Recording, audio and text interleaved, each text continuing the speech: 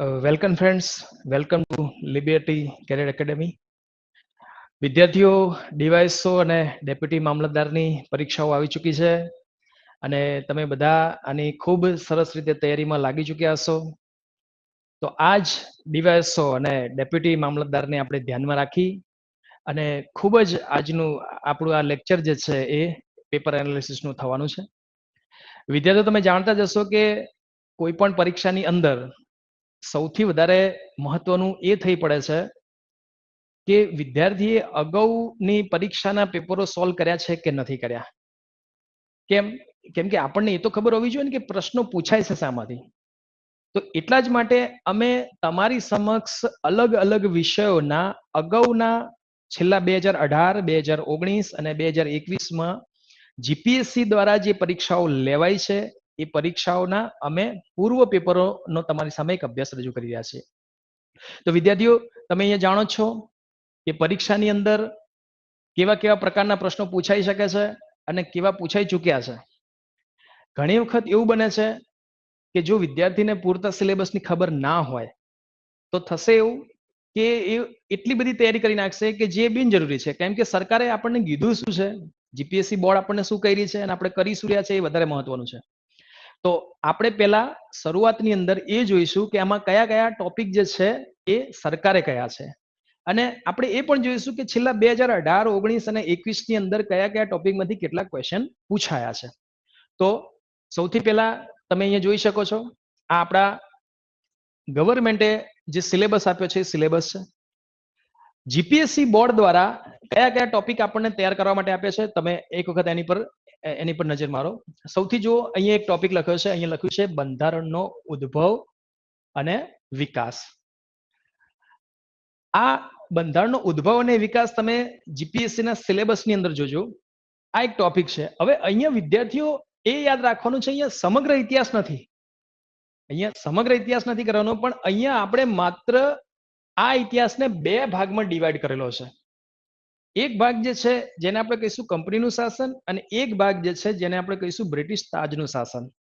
એટલે કે 1773 થી લઈ અને 1857 સુધી અને ત્યારબાદ 1857 થી લઈ અને 1947 સુધીનો જે ઇતિહાસ છે અને એમાં પણ અંગ્રેજ સરકાર દરમિયાન જે મહત્વના કાયદા બન્યા અને એ કાયદાઓની હાલના બંધારણમાં શું અસર છે એ પ્રશ્ન વધારે પૂછાય છે. તો એક પ્રશ્ન તો અહીંથી આવે છે, આ જીપીએસસી કીધેલો છે ટોપિક.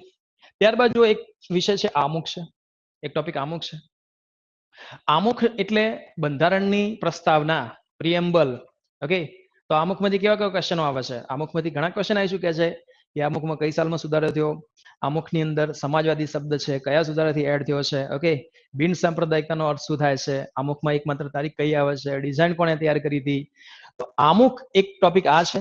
ત્યારબાદ મૂળભૂત અધિકાર, ઘણા પ્રશ્નો આવી ચૂક્યા છે. એવી કોઈ પરીક્ષા જ નથી કે જેમાં મૂળભૂત અધિકારમાંથી કોઈ ક્વેશ્ચન ના આવ્યો હોય. અરે જીપીએસસી ની ક્યાં વાત કરો છો, યુપીએસસી છે અને એવી પણ સામાન્ય વર્ગ 3 ની પરીક્ષામાં પણ આમાંથી ક્વેશ્ચન આવે છે. જે વિદ્યાર્થીઓ ગંભીરતાથી તૈયારી કરે છે એમને ખબર હશે કે મૂળભૂત અધિકારમાંથી પ્રશ્ન આવે ને આવે જ. ત્યારબાદ છે મૂળભૂત ફરજ. ટોટલ 11 ફરજો જે છે એમાંથી કોઈ એક ફરજ પૂછાય જાય છે. મોટા ભાગે એવું પૂછાય છે કે ફરજ 11મી જે છે એ કયા સુધારાથી એડ થયેલી છે, કેમ કે બંધારણની શરૂઆતમાં 11 ફરજો નથી. ત્યારબાદ એક ટોપિક છે માર્ગદર્શક સિદ્ધાંત, રાજ્યનીતિના માર્ગદર્શક સિદ્ધાંત. અગત્યના બંધારણીય સુધારા, લેટેસ્ટ 105મો સુધારો પૂછાઈ શકે, 101, 102, 103, 104 અને 105. તો બંધારણમાં સુધારો કઈ રીતે થાય અને અત્યાર સુધી બંધારણમાં કેટલા સુધારા થયા છે, તો એક પ્રશ્ન અહીંથી આવે. ત્યારબાદ તમે જો સંસદ અને રાજ્ય વિધાનમંડળ. સંસદ સંવિધાનનો ભાગ 5 અને રાજ્ય વિધાનમંડળ સંવિધાનનો ભાગ 6. ટોટલ 22 ભાગ જે છે એમાં બંધારણનો આ જે ભાગ 5 છે આને તો આપણે બંધારણનું કરોડરજ્જુ કહીએ છીએ. આ ભાગ જે છે એમાંથી મોટા ભાગના ક્વેશ્ચનો આવે છે. ત્યારબાદ રાષ્ટ્રપતિ અને રાજ્યપાલ. રાષ્ટ્રપતિ ભાગ 5 સાથે જોડાયેલા છે, જ્યારે રાજ્યપાલ ભાગ 6 સાથે જોડાયેલા છે, જે રાજ્યના બંધારણીય વડા અને દેશના બંધારણીય વડા છે. ત્યારબાદ બંધારણીય વૈધાનિક નિયમનકારી અને અર્ધન્યાયિક સંસ્થાઓ કહીને ટોપિક મૂક્યો છે. પંચાયતી રાજ આ ભાગ 9 છે. અધિકાર સંલગ્ન મુદ્દા, તો આ અધિકાર સંલગ્ન મુદ્દા એટલે શું મિત્રો? તો આમાં મહિલાઓના અધિકાર બંધારણમાં કયા ક્યાં આપ્યા છે? ઓકે, બાળકોના અધિકાર ક્યાં છે? ત્યારબાદ અનુસૂચિત જાતિ અને જનજાતિના અધિકાર જે છે, લઘુમતીના શું અધિકાર છે સંવિધાનમાં, એક ટોપિક આ છે. કેન્દ્ર અને રાજ્યની અગત્યની નીતિ, તો સંવિધાનનો ભાગ 11, ભાગ 12 અને ભાગ 13 આમાંથી પ્રશ્ન આવે છે. ત્યારબાદ જોઈએ છે કે આંતરરાષ્ટ્રીય સંબંધ. હવે જો આ આંતરરાષ્ટ્રીય સંબંધ એ આમ જોવા જઈએ તો કરંટ અફેર સાથે જોડાયેલો ટોપિક છે, અને એમાંથી મોટા ભાગે જે આંતરરાષ્ટ્રીય કરારો થાય છે એ પૂછવામાં આવતા હોય છે. મોટા ભાગે યુનિયન સાથે જોડાયેલા પ્રશ્નો આમાંથી પૂછાતા હોય છે. એ કરંટ સાથે જોડાયેલો આ ટોપિક છે. જાહેર નીતિ અને શાસન, અને આમ સામાન્ય બોલચાલની ભાષામાં આપણે એને પબેડ કહીએ છીએ. પબેડ, પબ્લિક એડમિનિસ્ટ્રેશન. ઓકે, જાહેર વહીવટ. અને ત્યારબાદ જોઈએ કે ઉદારીકરણ, ખાનગીકરણ અને વૈશ્વિકીકરણના પ્રભાવ. તો આ અર્થશાસ્ત્ર સાથે પણ જોડાયેલો ટોપિક છે જ, પણ અહીંયા એ જોવાનું છે કે આ 3 ટોપિક જે છે એની ભારતીય શાસન પર શું અસર છે, ભારતીય શાસન પર એની શું અસર છે, એના સંદર્ભમાં આપણે આ ટોપિક. તો વિદ્યાર્થીઓ તમે અહીંયા જુઓ, આટલા ટોપિક ગવર્મેન્ટે આપ્યા છે, પણ ઘણી વખત એવું બન્યું છે કે પરીક્ષાની અંદર આ ટોપિક સિવાયના પ્રશ્નો પણ પૂછાયા છે. બંધારણના ટોટલ 22 ભાગ જે છે, આ 22 ભાગમાંથી ઘણા ખરા ભાગમાંથી પણ પ્રશ્ન પૂછાયા છે.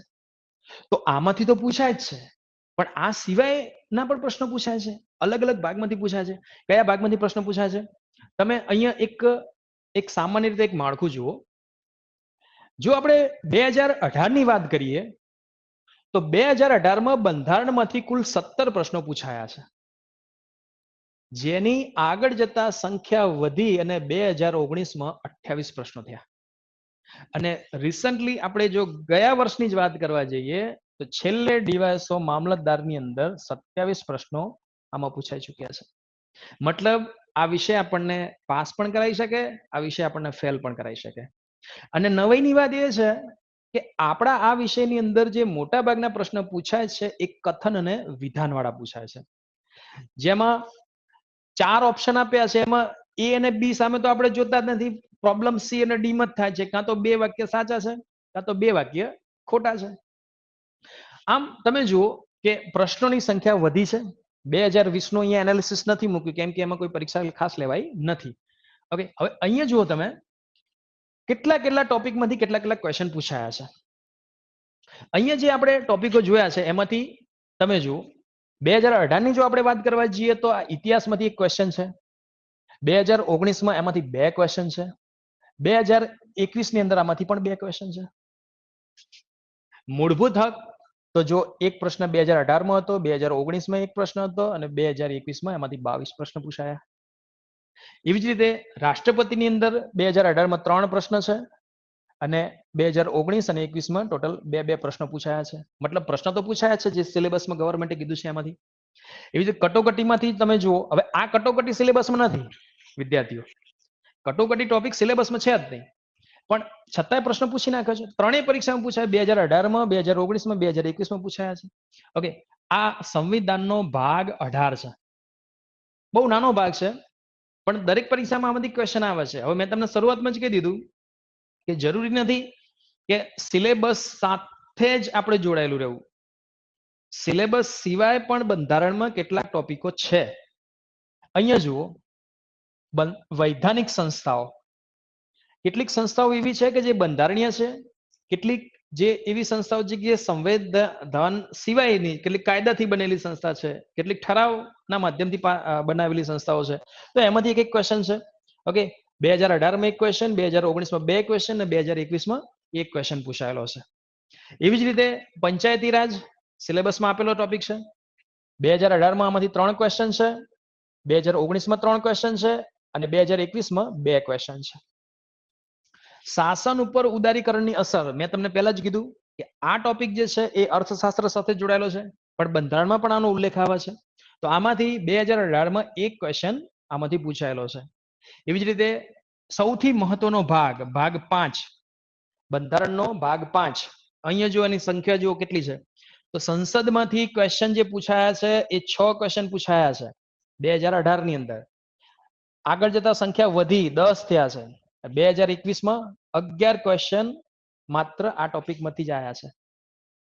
એવી જ રીતે બંધારણીય સુધારાનો એક ક્વેશ્ચન અહીંયા પૂછાયેલો છે. ગઈ સાલ એક ક્વેશ્ચન આમાંથી હતો અને રાજ્યનીતિના માર્ગદર્શક સિદ્ધાંતમાંથી 2 ક્વેશ્ચન 2019 ની પરીક્ષામાં પૂછાયા હતા. નાગરિકતા ટોપિકમાં નથી. આપણે જે સિલેબસ જોયો એમાં નાગરિકતા નામનો ટોપિક હતો નહીં. આ સંવિધાનનો ભાગ 2 છે. તો ભાગ 2 માંથી એક ક્વેશ્ચન પૂછાયેલો છે. 2019 માં પૂછાયેલો છે અને 2021 માં પણ પૂછાયેલો છે. એવી જ રીતે તમે એ જુઓ કે મૂળભૂત ફરજો જે સિલેબસમાં છે જેમાંથી એક ક્વેશ્ચન 2019 માં, રાજ્યપાલ સંબંધી જે ક્વેશ્ચન છે એ 2019 માં 2 ક્વેશ્ચન પૂછાયા છે અને રાજ્ય વિધાન મંડળ ઓકે અને કેન્દ્ર શાસિત પ્રદેશનો એક ક્વેશ્ચન 2021 ની અંદર પૂછાયેલા છે. તો તમે અહીંયા જોઈ શકો છો વિદ્યાર્થીઓ કે આ આપણે જે સિલેબસ જોયો, સિલેબસ સિવાયના કયા કયા ટોપિક આવ્યા અહીંયા તો જુઓ. એક તો ભાગ 18 આવી ગયો સંવિધાનનો. સંવિધાનનો ભાગ 18 આવી ગયો. આ કટોકટી સાથે જોડાયેલો ભાગ છે. એવી જ રીતે સંવિધાનનો જે એક ભાગ જે છે એ ભાગ 11 આવી ગયો અહીંયા. ઓકે 11 અને પછી 12 આવી ગયો જે આમાં છે નહીં પરંતુ પરીક્ષામાં પૂછાયેલો છે. તો એવી જ રીતે તમે જોયું છે કે એક ટોપિક એવો પણ છે કે જે સિલેબસમાં નથી. અહીંયા તમે એવા 2 થી 3 ટોપિકો જોઈ શકો છો. એમાંથી મોટા ભાગે તમે જુઓ કે અહીંયા બધા ભાગ નથી. જો આને તમે ભાગ વાઇઝ જોવા જાઓ તો આ ભાગ 3 છે, મૂળભૂત અધિકાર. મૂળભૂત ફરજ આ ભાગ 4A છે. માર્ગદર્શક સિદ્ધાંત આ ભાગ 4 છે. એવી જ રીતે આ બંધારણીય સુધારા જે છે આ ભાગ 20 ની અંદર આપેલું છે. ઓકે સંસદ 5, રાજ્ય વિધાનમંડળ 6. તો જો 22 માંથી બધા ભાગ અહીંયા નથી પરંતુ અમુક ભાગમાંથી ક્વેશ્ચન આવે છે. આ વાતને આપણે ધ્યાનમાં રાખીશું. અહીંયા સૌથી વધારે જે ક્વેશ્ચન આવ્યા છે એ સંસદમાંથી આવ્યા છે. તો સંસદમાં પાછું સંસદના ઘણા બધા ભાગ પડી જશે. સંસદ એટલે માત્ર એક ટોપિક નથી. તમે જુઓ અહીંયા આપણે જોઈએ કે સંસદ, તો સંસદના 3 ભાગ. કયા 3 ભાગ? તો સંસદનો એક ભાગ જે છે એ છે રાષ્ટ્રપતિ છે. સંસદનો એક ભાગ જે છે એ લોકસભા છે. સંસદનો એક ભાગ જે છે એ છે રાજ્યસભા છે. તો આ સિવાય લોકસભામાંથી જો 2 ક્વેશ્ચન છે. 2019 માં એક ક્વેશ્ચન છે અને 2021 માં એક ક્વેશ્ચન છે. એવી જ રીતે રાજ્યસભા સાથે સંબંધિત દરેક પરીક્ષામાં એક ક્વેશ્ચન આવેલો છે. અહીંયા તમે જોઈ શકો છો કે બજેટમાંથી પ્રશ્ન પણ આવે છે. બજેટ એ સંસદ સાથે જોડાયેલો ટોપિક છે. વાર્ષિક નાણાકીય નિવેદન અનુચ્છેદ 112. એવી જ રીતે એક પ્રશ્ન જો સુપ્રીમ કોર્ટનો છે. સ્થાયી સમિતિ, સંસદની કેટલીક સ્થાયી સમિતિઓ છે. ઓકે આપણી વિભાગીય સમિતિઓ છે. ખરડાઓના પ્રકાર પૂછાય છે. નાણાં ખરડો કોને કહેવાય? ઓકે સામાન્ય ખરડો આપણે કોને કહીએ છીએ? બંધારણીય સુધારા ખરડો આપણે કોને કહીએ છીએ? ઓકે એક પ્રશ્ન સંયુક્ત બેઠકનો છે જે 2019 માં પૂછાયેલો છે. ઓકે ઇલેક્શનને લગતો એક ક્વેશ્ચન છે. ચૂંટણી પંચ આ સંવિધાનનો જો કે ભાગ 15 માં ચૂંટણી પંચનો ઉલ્લેખ છે પરંતુ લોકસભા અને રાજ્યસભાની ચૂંટણીઓ જે થાય છે એની ગેરલાયકાત ઘણી વખત એના સભ્યોની લાયકાત વિશે પ્રશ્ન પૂછાય છે. અહીંયા મંત્રીમંડળનો એક ક્વેશ્ચન 2018 માં પૂછાયેલો છે. એટર્ની જનરલ કે જે આપણા દેશના જે છે જે સંસદ સાથે જોડાયેલા છે. એટર્ની જનરલ એ કાયદાકીય સલાહ આપવાનું કામ કરે છે. એવી જ રીતે તમે જુઓ કે કુલ પ્રશ્નોની સંખ્યા જુઓ તો સંસદના ટોપિકમાંથી જ 2018 માં 6 પ્રશ્ન, 2019 માં 10 પ્રશ્ન અને 2021 માં 11 પ્રશ્નો સંસદ નામના ટોપિકમાંથી જ પૂછાઈ ગયા છે. હવે આટલા બધા ટોપિક પૂછાતા હોય તો આપણા માટે સૌથી મહત્વનો ભાગ આ થઈ પડે છે અને આ બંધારણનો સૌથી લાંબો ભાગ પણ છે. જેને પણ બંધારણનો ભાગ 5 આવડે એ વિદ્યાર્થી માટે બંધારણ એકદમ ઈઝી થઈ જશે. કેમ? આ ભાગને સમજો તો રાજ્ય સરકાર આપણને સમજી જશે. આ ભાગને સમજો તો રાજ્ય અને કેન્દ્ર વચ્ચેના સંબંધ આપણને સમજાઈ જશે. મતલબ કે બંધારણનો ભાગ 5 સવિશેષ મહત્વ ધરાવે છે. સવિશેષ મહત્વ ધરાવે છે. હવે ઘણી વખત વિદ્યાર્થીઓ શું કરે છે તો બંધારણની અંદર અનુચ્છેદ જે આવે છે એને ગોખવાનું કામ કરે છે. અનુચ્છેદો ગોખે છે. 395 અનુચ્છેદ છે તો 395 અનુચ્છેદ યાદ રહેશે? નહીં રહે યાદ. ઘણી બધી વખત તમે ટ્રાય કરશો નહીં રહે યાદ. તો આને શું અનુચ્છેદો ગોખી ગોખીને ભાગ તૈયાર કરવાનો છે? ના.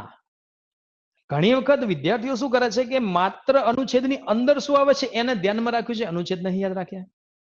અને ઘણી વખત અનુચ્છેદ આવડી ગયા તો એની અંદર શું છે એ યાદ નથી રહ્યું. તો આ રીતે તૈયારી ના થાય મિત્રો. પહેલા તો આપણે બંધારણમાં આવતા અગત્યના શબ્દોને સમજવા પડે અને ત્યારબાદ એ શબ્દોનો અર્થ સમજ્યા પછી આપણે જોવું પડે કે કયા અનુચ્છેદમાં એનો ઉલ્લેખ છે. અનુચ્છેદ 79 શેનો છે અને 80 શેનો છે એ પછી એ ડિફરન્ટ આપણને પછી ખબર પડશે. તો શરૂઆતની અંદર આવા અનુચ્છેદો ના ગોખાય. જીપીએસસી કેમ પાસ નથી થતી? કારણ એવું નથી કે મટીરિયલ અવેલેબલ નથી. મટીરિયલ તો ઘણું બધું ગુજરાતમાં અવેલેબલ છે. કારણ એવું પણ નથી કે આ પરીક્ષા અઘરી છે અને કારણ એવું પણ નથી કે આ પરીક્ષા સાથે કોઈ આપણને સારા તજજ્ઞ નથી મળતા, એવું પણ નથી. કારણ શું છે ખબર છે?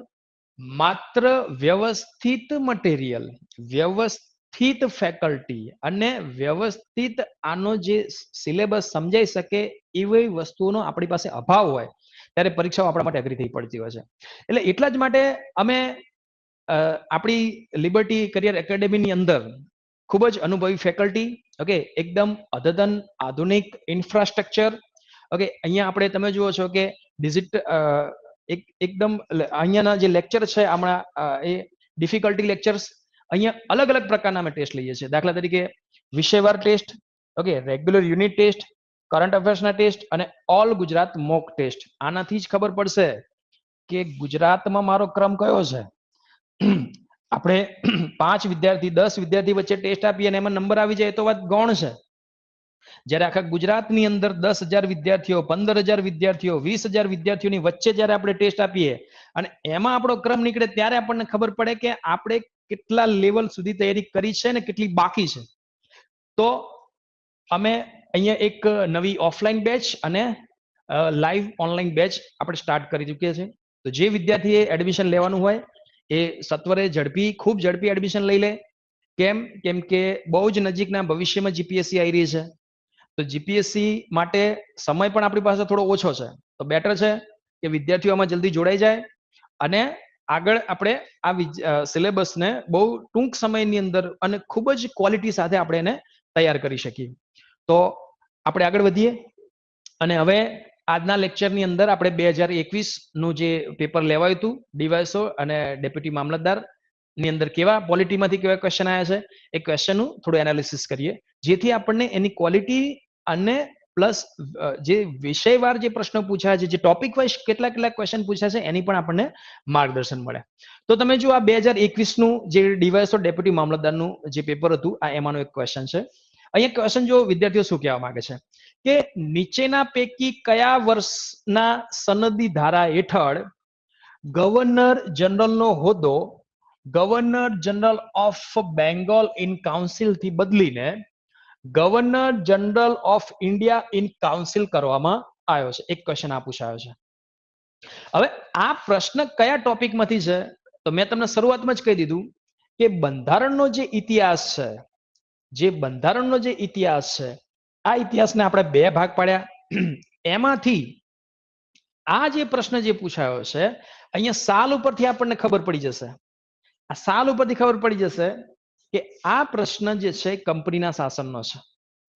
અહીંયા તમે જુઓ કે આ સનદી ધારો જે છે, કુલ કેટલા સનદી ધારા? તો 1793 ની અંદર એક સનદી ધારો આવ્યો.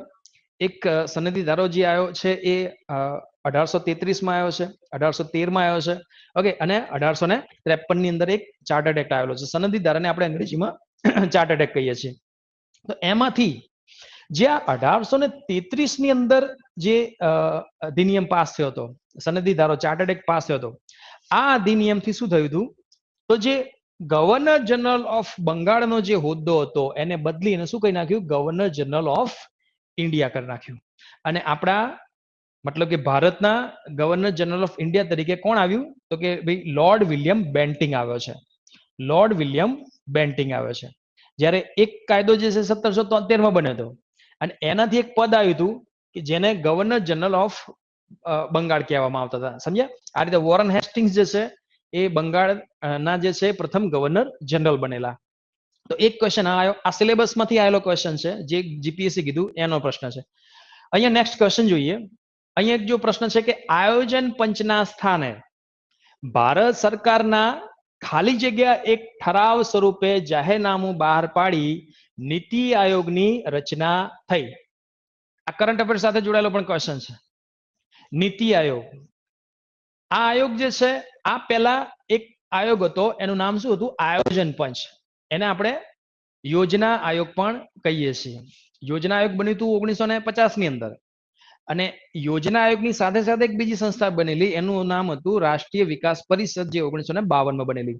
આ યોજના આયોગ શું કામ કરતું? તો જે પંચવર્ષીય યોજના આવે એનું એનાલિસિસ કરતું. અને ત્યારબાદ 12મી પંચવર્ષીય યોજના પછી કોઈ પંચવર્ષીય યોજના બની નહીં.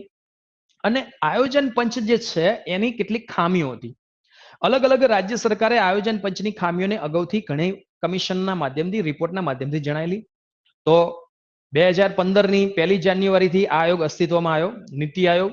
અને આ આયોગ જે છે બંધારણની અંદર કેટલીક બંધારણમાં ઉલ્લેખ હોય એવી સંસ્થાઓ છે, જેને આપણે બંધારણીય સંસ્થાઓ કહીશું. બંધારણીય સંસ્થાઓ. ઓકે.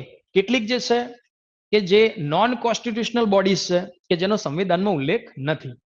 હવે આ જે નોન કોન્સ્ટિટ્યુશનલ બોડી જે છે આના પણ પાછા આપણે બે ભાગ પાડી શકીએ. કેટલીક સંસ્થાઓ એવી છે કે જે કોઈ કાયદા દ્વારા બનાવવામાં આવે છે, જેને આપણે કહીશું વૈધાનિક સંસ્થાઓ. અને કેટલીક સંસ્થાઓ એવી છે કે જે કાયદા દ્વારા નિર્માણ નથી પામી, પણ કોઈ એક ઠરાવથી નિર્માણ પામે છે. અને આ ઠરાવ જે છે એ કાં તો મંત્રીમંડળ દ્વારા આવેલો હોય, કાં તો કે પછી કાર્યપાલિકા દ્વારા આવેલો હોય. ઓકે.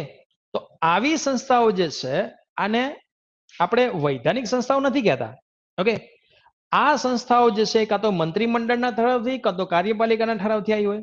તો પ્રશ્ન અહીંયા એ પૂછાયો છે કે આ નીતિ આયોગ જે છે એ શું કાયદાકીય સંસ્થા છે, મતલબ વૈધાનિક છે કે વૈધાનિક નથી? તો પ્રશ્ન જવાબ શું છે કે ના, આ સંસ્થા વૈધાનિક નથી, મતલબ કે આ કોઈ કાયદાથી નથી આવી. તો આ શાનાથી આવી છે? તો કે ભાઈ મંત્રીમંડળના એક ઠરાવથી આ સંસ્થા બનાવવામાં આવી છે. તો મંત્રીમંડળને આપણે શું કહીએ છીએ? તો એક શબ્દ બીજો છે પ્રધાનમંડળ. અહીંયા જો વાણિજ્ય મંત્રાલય, નાણાં મંત્રાલય, વડાપ્રધાન કાર્યાલય.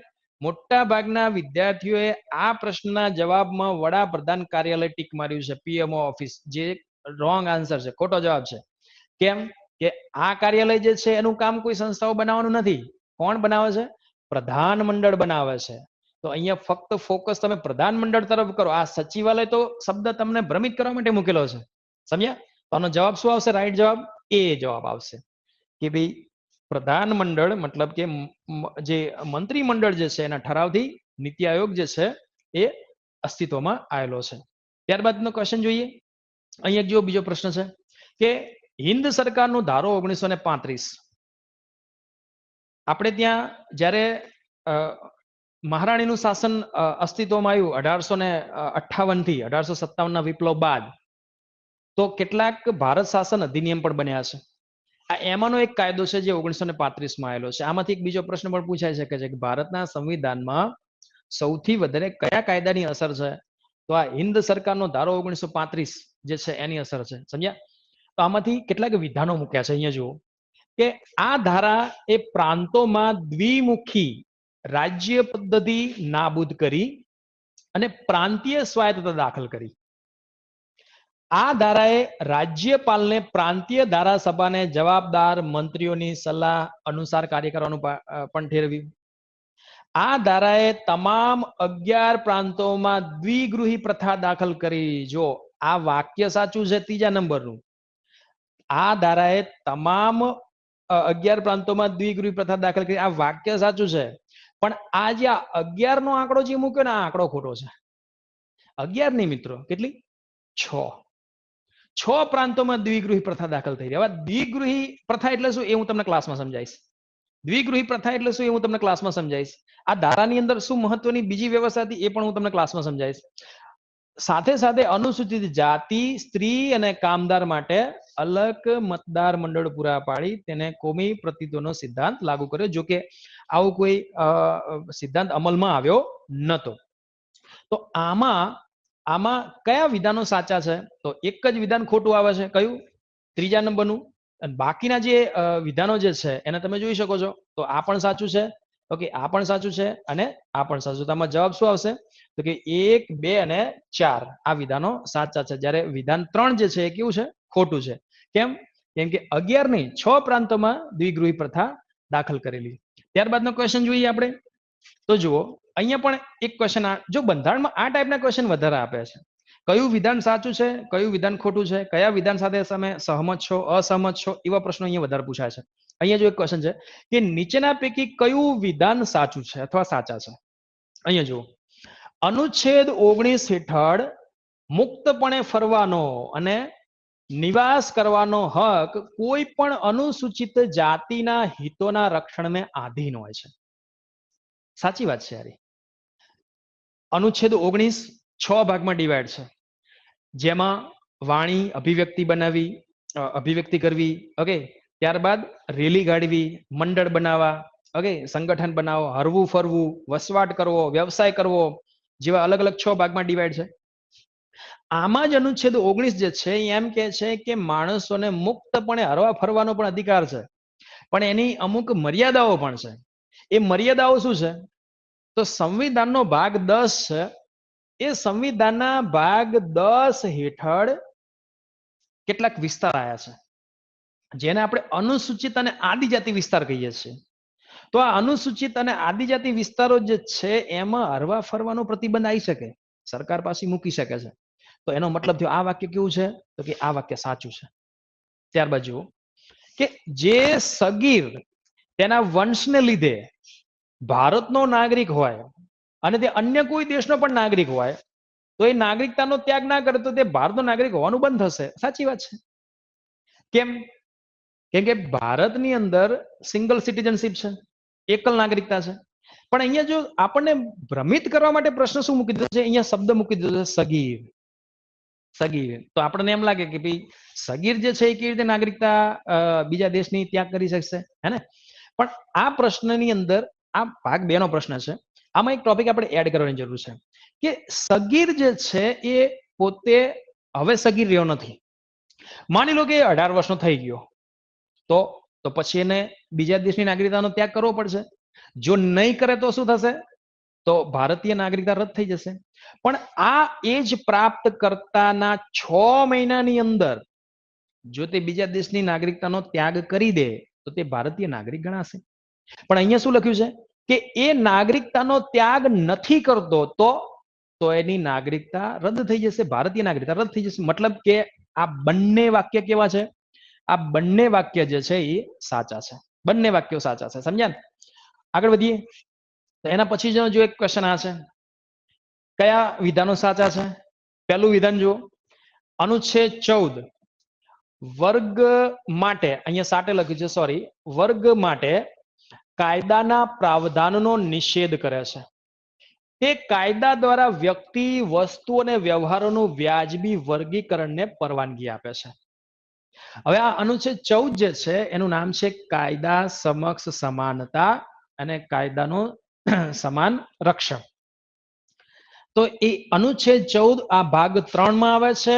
આ અનુચ્છેદ 14 એમ કહેવા માંગે છે કે કાયદો બધા માટે હરખો અને કાયદાની સામે બધા સરખા, પણ છતાંય વ્યક્તિ, વસ્તુ અને વ્યવહારો જે છે એને લગતું થોડું અલગથી વ્યાજબી વર્ગીકરણ થઈ શકે છે. ઓકે, આવું વર્ગીકરણ જે છે એ શાના આધારે હોઈ શકે?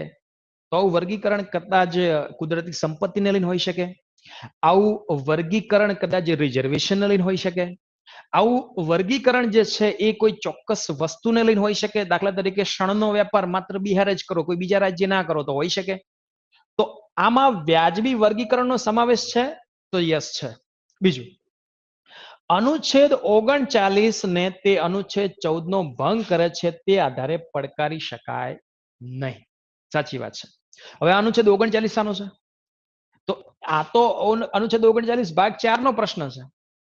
અનુચ્છેદ 39 એમ કહે છે કે રાજ્ય જે છે એ નાગરિકોને સમાન ન્યાય મળે એવા પ્રયાસ કરશે, મફત કાનૂની સલાહ આપશે, કુદરતી જે સંસાધન જે છે એની વહેંચણી કરશે. તો આમ અલગથી કોઈ માની લો કે કોઈને સામાન્ય ન્યાયની જરૂરિયાત છે, ઓકે, તો એને અલગથી સરકાર એવા પ્રયાસ કરી ન્યાય અપાઈ શકે છે. તો એનાથી કોઈ એવો બચાવ ના લઈ શકે કે મારા અનુચ્છેદ 14 નું ભંગ થયું છે. નહીં, એવું નથી. એટલે આ વાક્ય પણ કેવું છે? તો આ વાક્ય પણ સાચું છે. બીજું, સર્વોચ્ચ અદાલતે પ્રસ્થાપિત કર્યું કે જ્યાં અનુચ્છેદ 13C આવે છે ત્યાં અનુચ્છેદ 14 ખૂબ જ અસરકારક છે. હવે જુઓ, હવે આ અનુચ્છેદ 13 જે છે એ એમ કે છે કે એવો કોઈ પણ કાયદો રદ ગણાશે જે મૂળભૂત અધિકારની વિરુદ્ધમાં હોય. તો હવે જુઓ તમે, એ અનુચ્છેદ 13 માં જે વાત લખી દીધી છે. હવે આ કાયદાની વ્યાખ્યા અનુચ્છેદ 13 માં છે. કાયદો કોણ બનાવી શકે? તો કે ભાઈ સંસદ બનાવી શકે. ઓકે, કાયદો રાજ્ય વિધાનમંડળ બનાવી શકે, રાષ્ટ્રપતિ બનાવી શકે, ઓકે, રાજ્યપાલ બનાવી શકે. પણ માની લો કે કાયદો બનાવ્યો છે એનાથી મૂળભૂત અધિકારનું હનન થઈ રહ્યું છે, તો પછી એવો કાયદો જે છે એ રદ ગણાશે, અથવા કોર્ટ જે છે, સુપ્રીમ કોર્ટ, હાઈકોર્ટ, એ રદ કરી નાખશે. મતલબ કે આ વાક્ય જે છે કે સર્વોચ્ચ અદાલતે પ્રસ્થાપિત કર્યું છે, આ શબ્દ જે છે આ ખોટો છે. આવું સર્વોચ્ચ અદાલતે નહીં કીધું, એ અનુચ્છેદ 3 માં લખેલું જ છે પહેલેથી. મતલબ કયું વાક્ય ખોટું આવશે? તો આ ત્રીજા નંબરનું વાક્ય ખોટું નથી, એમાં એનો એક શબ્દ ખોટો છે કે સર્વોચ્ચ અદાલતે પ્રસ્થાપિત નથી કર્યું, પરંતુ એ આર્ટિકલ 13 માં પહેલેથી જ લખેલું છે. સમજ્યા? તો આમાં જવાબ સાચા વાક્યો કયા છે? તો કે વાક્ય નંબર 1 અને 2 સાચું છે. ઓપ્શન એ જે છે આનો રાઈટ આન્સર ગણાશે. આગળ વધીએ. ત્યારબાદ જો અહીંયા ક્વેશ્ચન બીજો પણ છે, સુપ્રીમ કોર્ટ સાથે જોડાયેલો પ્રશ્ન છે. સર્વોચ્ચ અદાલતે પ્રસ્થાપિત કર્યું કે ધાર્મિક સંપ્રદાય 3 શરતો સંતોષવી પડશે. આપણા સંવિધાનના ભાગ 3 માં આર્ટિકલ 29 અને 30 છે, જે લઘુમતી સાથે જોડાયેલા છે. લઘુમતી જે છે એ ભાષાને લઈને હોઈ શકે, ઓકે, લઘુમતી લિપિ આધારિત હોઈ શકે, લઘુમતી સંસ્કૃતિ, ઓકે, લઘુમતી સંસ્કૃતિ, કે પછી લઘુમતી ધાર્મિક લઘુમતી પણ હોઈ શકે. તો એની કેટલીક શરતો છે. શું શરત છે? કે જે ધાર્મિક સંપ્રદાય જે છે તે વ્યક્તિઓનો એવો સમૂહ હોવો જોઈએ કે તેઓની આધ્યાત્મિક સુખાકારી માટે અનુકૂળ હોય તેવી માન્યતાઓનું તંત્ર ધરાવતું હોય. અહીંયા જો શબ્દ કયો છે ખબર? આધ્યાત્મિક સુખાકારીની વાત થયેલી છે. અહીંયા કોઈ વૈચારિક સુખાકારીની વાત નથી. બીજું, તે વિશિષ્ટ નામે નિયુક્ત થયેલું હોવું જોઈએ અને તે સર્વગત સંગઠન ધરાવતું હોવું જોઈએ. 3 વાક્યો સાચા છે. તમે આર્ટિકલ 29 અને 30 ને જ્યારે આપણે ક્લાસરૂમમાં ભણીશું ત્યારે આ શબ્દોને આપણે વધારે ડિટેલમાં સમજીશું. અહીંયા જવાબ શું આવશે? તો કે વાક્ય નંબર 1, 2 અને 3 ત્રણે સાચા છે. એટલે અહીંયા જવાબ જે આવશે એ ઓપ્શન ડી આવશે. ત્યારબાદ અહીંયા જુઓ, મેં તમને પહેલા જ કીધું છે, હવે આ પ્રશ્ન જે છે, આ જે ભાગ 18 છે એનો છે, જે સિલેબસમાં નથી પણ પ્રશ્ન પૂછી નાખ્યો છે કે રાષ્ટ્રીય કટોકટી બાબતે નીચેના કયા વિધાનો સાચા છે? પેલું જુઓ, કટોકટીની ઘોષણા તેની તારીખથી 1 મહિનાની અંદર સંસદના બંને ગૃહો દ્વારા મંજૂર થયેલી હોવી જોઈએ. હવે જુઓ કે રાષ્ટ્રીય કટોકટી જે છે, આ કટોકટીની જાહેરાત જે કરે છે રાષ્ટ્રપતિ કરે છે. યુદ્ધ, બાહ્ય આક્રમણ અથવા આંતરિક જે સશસ્ત્ર બળવો થાય આવા કારણથી કટોકટી આવી શકે. રાષ્ટ્રપતિ સંસદની જે મંત્રીમંડળ છે એનું લેખિતમાં પરમિશન લઈને કટોકટીની જાહેરાત કરે છે. પણ આ કટોકટી જે છે એ જાહેરાત કરે એના 1 મહિનાની અંદર બંને ગૃહો દ્વારા મંજૂર થયેલી હોવી જોઈએ. તો પહેલું વાક્ય સાચું છે. બીજું જુઓ, કટોકટી 6 મહિના માટે ચાલુ રહે છે અને સંસદની મંજૂરી સાથે દર 1 વર્ષ માટે અનિશ્ચિત મુદ્દત માટે લંબાવી શકાય છે. રાષ્ટ્રીય કટોકટીને જ્યારે લાગુ થાય ત્યારે 1 મહિનાની અંદર જો સંસદના બંને ગૃહ જે છે એને સંમતિ આપી દે તો આ કટોકટી 6 મહિના માટે આગળ લંબાઈ શકે. પણ આ 6 મહિના પૂરા થતા પહેલા જો ફરીથી ગૃહ એને મંજૂરી આપે તો બીજા 6 મહિના માટે આગળ લંબાઈ શકે, ત્રીજા 6 મહિના માટે આગળ લંબાઈ શકે. આમ કટોકટી કેટલા ટાઈમ માટે આગળ વધી શકે? તો કે ભાઈ 6 મહિના આગળ વધી શકે. જ્યારે આ વાક્ય શું કહેવા માંગે છે કે એક વર્ષ માટે અનિશ્ચિત મુદ્દત માટે લંબાવી શકાય. તો આ વાક્ય મિત્રો કેવું છે? આ વાક્ય ખોટું છે. બીજું, કટોકટીની ઘોષણાને અથવા તેના ચાલુ રહેવાની મંજૂરી આપતો દરેક ઠરાવ સંસદના કોઈ પણ ગૃહ દ્વારા સાદી બહુમતીથી પસાર થયેલો હોવો જોઈએ. આ વાક્ય 44માં સુધારા પહેલા જો પૂછાયું હોત ને તો સાચું હતું, પણ 44માં સુધારો જે થયો એમાંથી આ જે બહુમતી જે રહી એમાં ફેરફાર થયો. શું ફેરફાર થયો? આ સાદી બહુમતી જે છે એની જગ્યાએ શબ્દ આવી ગયો વિશેષ બહુમતી. વિશેષ બહુમતી મતલબ કે કટોકટીનો ઠરાવ જે છે, રાષ્ટ્રીય કટોકટીનો ઠરાવ એ સાદી બહુમતીથી નહીં, વિશેષ બહુમતી. વિશેષ બહુમતીનો મતલબ શું થાય? તો હાજર રહેલી જે કુલ સંખ્યા જે છે એના 2/3 મેમ્બર જે છે એ આ ઠરાવને અનુમોદન આપશે તો જ એ પાસ થયેલો ગણાશે. એનો મતલબ એમ થયો કે આ વાક્ય જે છે એ કેવું છે? તો આ વાક્ય જે છે એ પણ ખોટું છે. ત્યારબાદ એક જ વાક્ય આપણને સાચું મળે છે, જે કયું છે કે 1 મહિનાની અંદર બંને ગૃહોએ એને મંજૂરી આપવી જોઈએ. તો આમાં જવાબ શું આવશે? તો આમાં જવાબ આવશે ઓપ્શન ડી જે છે એ જવાબ સાચો છે. આગળ વધીએ. ત્યારબાદ જુઓ મિત્રો કે નીચેના પૈકી કયા વિધાનો સાચા છે? બધા અહીંયા વિધાનો વાળા જ પ્રશ્નો આવવાના છે. પહેલું જુઓ, નાણાં વિધેયકના કિસ્સામાં રાષ્ટ્રપતિ સ્થગિત કરવાનો નિષેધાધિકાર ધરાવતા નથી. રાષ્ટ્રપતિ નાણાં વિધેયકને પોતાની અનુમતિ આપી શકે છે અથવા રોકી રાખી શકે છે. બંધારણીય સુધારા વિધેયકમાં રાષ્ટ્રપતિ પાસે નિષેધાધિકાર સત્તા નથી. નાણાં વિધેયક સામે રાષ્ટ્રપતિ ફક્ત પોકેટ વીટો સત્તા વાપરી શકે છે, કારણ કે લોકસભામાં તેઓની પૂર્વ અનુમતિથી રજૂ કરવામાં આવે છે, તેથી તેઓ સંપૂર્ણ નિષેધાધિકારનો ઉપયોગ કરી શકતા નથી. વાક્યો ભલે લાંબા રહ્યા, પણ આ રાષ્ટ્રપતિના વીટો પાવરનો પ્રશ્ન છે. આપણે સિલેબસમાં રાષ્ટ્રપતિ ટોપિક છે જ. તો રાષ્ટ્રપતિ પાસે 3 વીટો પાવર છે. એક વીટો પાવર જે છે એને આપણે 1, 2 અને 3 આવા 3 નંબર આપી દઈએ. એક વીટો પાવરને આપણે કહીશું pocket veto. Pocket veto. Okay, એક છે નિલંબનકારી. નિલંબનકારી. ઓકે, અને એક છે આત્યંતિક. આત્યંતિક. આત્યંતિક વીટો. આત્યંતિક વીટોનો મતલબ થાય છે કે આ બિલ જે છે એની પર રાષ્ટ્રપતિએ સહી કરવાનો ઇનકાર કર્યો છે. નિલંબનકારીનો મતલબ એમ થાય છે કે રાષ્ટ્રપતિએ પાછું મોકલ્યું છે બિલ. અને પોકેટનો મતલબ એમ થાય છે કે આ બિલ પડ્યું રાખ્યું છે. 3 વીટો પાવર થયા. હવે આ 3 વીટો પાવર જે છે એ રાષ્ટ્રપતિ ઓર્ડિનરી જે બિલ જે છે એમાં વાપરી શકે. પણ જો નાણાં બિલની વાત આવે, નાણાં બિલની વાત આવે તો રાષ્ટ્રપતિ આત્યંતિક વીટો વાપરી શકે. આત્યંતિક વીટો રાષ્ટ્રપતિ વાપરી શકે. સાથે સાથે રાષ્ટ્રપતિ જે છે પોકેટ વીટો પણ વાપરી શકે. કયો વીટો નહીં વાપરી શકે? તો કે ભાઈ નિલંબનકારી ના વાપરી શકે. મતલબ રાષ્ટ્રપતિ નાણાં બિલને પાછું આપી શકતા નથી. આપણે આ સામાન્ય સમજ લીધી વીટો પાવરની. હવે અહીંયા વાક્યને જો શું લખ્યું છે કે નાણાં વિધેયકના કિસ્સામાં રાષ્ટ્રપતિ સ્થગિત કરવાનો નિષેધાધિકાર ધરાવતા નથી. તો જુઓ, પહેલા તો આ નિષેધાધિકાર ધરાવતા નથી, સ્થગિત કરો, એટલે આ નિલંબનકારી વીટોની વાત થઈ રહી છે અહીંયા. આ નિલંબનકારી વીટોની વાત થઈ રહી છે અહીંયા. નિલંબનકારી વીટો. તો આ વાક્ય કેવું થયું? તો આ વાક્ય સાચું થયું. મતલબ રાષ્ટ્રપતિ નાણાં બિલ પાછું આપી શકતા નથી. બીજું, રાષ્ટ્રપતિ નાણાં વિધેયકને પોતાની અનુમતિ આપી શકે છે અથવા રોકી રાખી શકે છે. આ વાક્ય સાચું છે. રોકી રાખી શકે છે. પોકેટ વીટોનો યુઝ કરી શકે છે. ઓકે, પોકેટ વીટોનો યુઝ કરી શકે છે. બીજું કે બંધારણીય સુધારા વિધેયકમાં રાષ્ટ્રપતિ સામે નિષેધાધિકાર સત્તા નથી. સાચી વાત છે. 3 બિલ છે, ઓર્ડિનરી બિલ છે, મની બિલ છે અને કોન્સ્ટિટ્યુશન અમેન્ડમેન્ટ બિલ છે. જે કોન્સ્ટિટ્યુશન અમેન્ડમેન્ટ બિલ જે છે, બંધારણીય સુધારા વિધેયક જે છે, એ વિધેયક બાબતે રાષ્ટ્રપતિ પાસે એક પણ વીટો પાવર નથી. આ વાક્ય સાચું છે.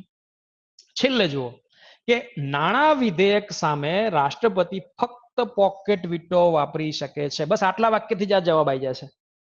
ફક્ત શબ્દ જે રહ્યો અહીંયા, આ શબ્દ જે છે આમાં જ જવાબ છે. ફક્ત ના આવે. કેમ? આત્યંતિક વીટો વાપરી શકે. ઓકે, અને પોકેટ વીટો વાપરી શકે. ફક્ત પોકેટ વીટો કેમ આવ્યો? આત્યંતિક પણ આવી શકે ને. તો એનો મતલબ શું થયો કે વાક્ય નંબર 1 જે છે આ સાચું છે. ઓકે, વાક્ય 2 સાચું છે. ઓકે, 3 સાચું છે. ખોટું કયું છે? વાક્ય નંબર 4.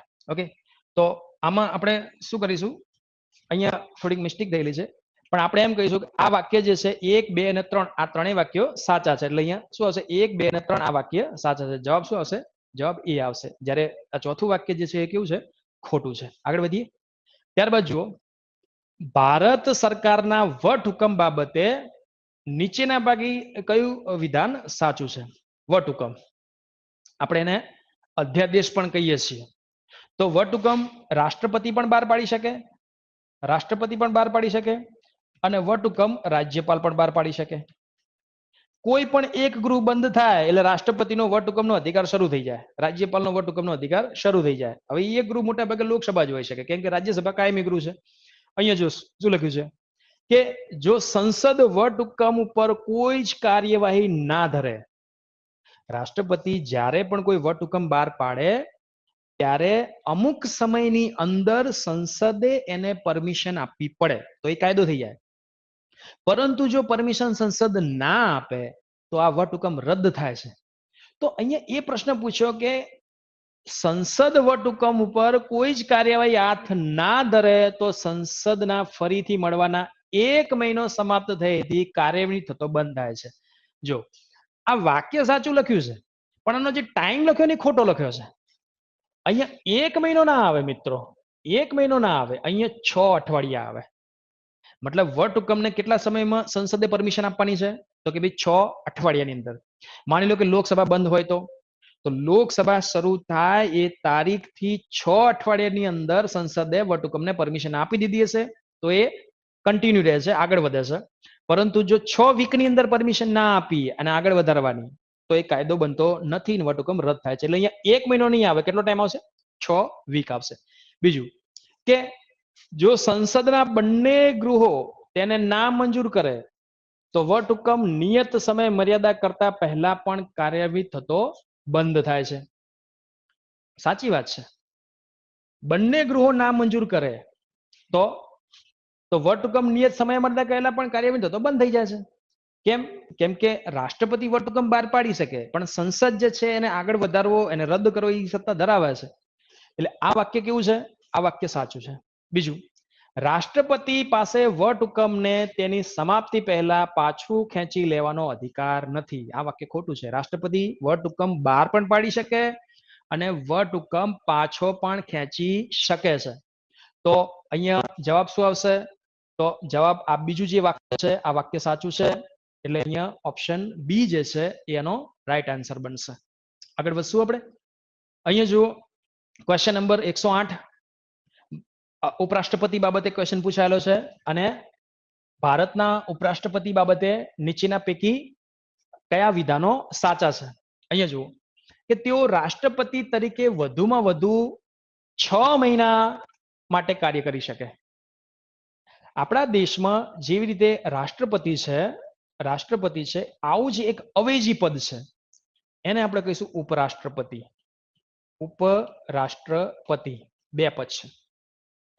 રાષ્ટ્રપતિ માની લો કે હોદ્દા ઉપર હયાત નથી તો શું થશે, તો ઉપરાષ્ટ્રપતિ એ જે છે દેશના રાષ્ટ્રપતિ બને છે. તો અહીંયા જુઓ કે તેઓ રાષ્ટ્રપતિ તરીકે વધુમાં વધુ કેટલો ટાઈમ, તો કે ભાઈ 6 મહિના માટે કાર્ય કરી શકે. આ વાક્ય સાચું છે.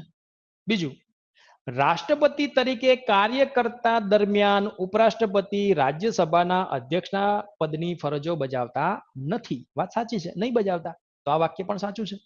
કેમ કે ઉપરાષ્ટ્રપતિનું મુખ્ય કામ પાછું રાજ્યસભાના સભાપતિનું છે, રાજ્યસભાના સભાપતિનું છે. પરંતુ એ રાષ્ટ્રપતિ થઈ ગયા પછી તો એ સમય પછી એ રાજ્યસભાનું સંચાલન નહીં કરે. ત્યારબાદ શું લખ્યું છે કે બંધારણે ભારતના ઉપરાષ્ટ્રપતિ માટેના ભથ્થા નિશ્ચિત કર્યા નથી. સાચી વાત છે. તો આ વાક્ય પણ કેવું છે, સાચું છે.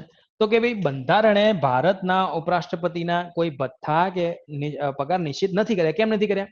કેમ કે આ પદ જે છે એ કેવું છે, એક અવેજી પદ છે, કામ ચલાઉ પદ છે. જ્યારે જરૂર પડે ત્યારે જ એનો ઉપયોગ થશે. ઓકે, તો અહીંયા આપણે જવાબમાં શું લખીશું, તો અહીંયા તેઓ રાષ્ટ્રપતિ તરીકે વધુમાં વધુ 6 મહિના માટે કાર્ય કરી શકે છે. આ વાક્ય પણ સાચું છે. રાષ્ટ્રપતિ તરીકે કાર્ય કરતા દરમિયાન ઉપરાષ્ટ્રપતિ રાજ્યસભાના અધ્યક્ષના પદની ફરજો બજાવતા નથી. આ વાક્ય પણ સાચું છે. અને ઉપરાષ્ટ્રપતિના ભથ્થા નિશ્ચિત નથી. આ વાક્ય પણ સાચું છે. मतलब કે આમાં જવાબ શું આવશે? જવાબ એ આવશે, જેમાં 1 2 3 ત્રણેય વાક્યો કેવા છે? સાચા છે. આગળ જોઈશું. તો અહીંયા જુઓ, એક બીજો પ્રશ્ન જોઈ લઈએ કે નીચેના પૈકી કયા વિધાનો સાચા છે? 42માં અને 44માં બંધારણીય સુધારા અધિનિયમે મંત્રીમંડળ દ્વારા સહાય અને સલાહ રાષ્ટ્રપતિ માટે બંધન કરતા બનાવી દીધી છે. જો મિત્રો, 42મો સુધારો લઘુ બંધારણ કહેવાય છે, અને આવો નવો જ અગત્યનો સુધારો એક જે છે એ 44મો છે. 42મા સુધારામાં ઘણી બધી વસ્તુ છે. 42મા સુધારાથી એક નવી વસ્તુ એડ થઈ હતી, એ હતી કે ભાઈ આ મંત્રીમંડળ જે છે એ રાષ્ટ્રપતિને જે સલાહ આપે, રાષ્ટ્રપતિ માટે આ સલાહ જે છે એ બંધન કરતા રહેશે. આ વસ્તુ જે આવી 42મા સુધારાથી આવી. પરંતુ 44મા સુધારાથી એક નવી વસ્તુ એ આવી કે આવી સલાહ રાષ્ટ્રપતિ એક વખત પાછી મોકલી શકે. મંત્રીમંડળ રાષ્ટ્રપતિને જે સલાહ આપે એ એક વખત પાછી મોકલી શકે છે. તો બંને સુધારાથી આ વસ્તુ આવી છે, બંધન કરતા બનાવી દીધી છે. તો યસ, ઓકે. કયા? 42મા અને 44મા સુધારાથી. બીજું અહીંયા જુઓ કે એક વખત સર્વોચ્ચ અદાલતે પ્રસ્થાપિત કર્યું હતું કે લોકસભાના વિસર્જન થયા પછી પણ મંત્રીમંડળનો હોદ્દો પૂર્ણ થતો નથી.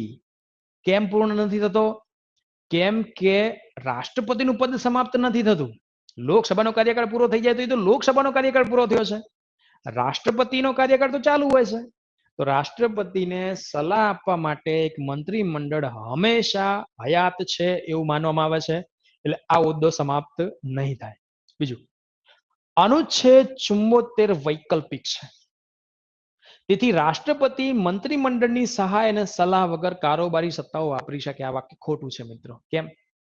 અનુચ્છેદ 74માં જ આ મંત્રીમંડળનો ઉલ્લેખ છે, અને આપણે પહેલા જોઈ લીધું છે કે મંત્રીમંડળની સલાહ રાષ્ટ્રપતિ માટે કેવી છે? તો કે ભાઈ બંધન કરતા છે. તો આ વાક્ય ત્રીજું જે છે કેવું રહેશે? તો આ વાક્ય ખોટું છે. જવાબ શું આવશે? તો 1 અને 2 આ બંને વાક્ય કેવા છે?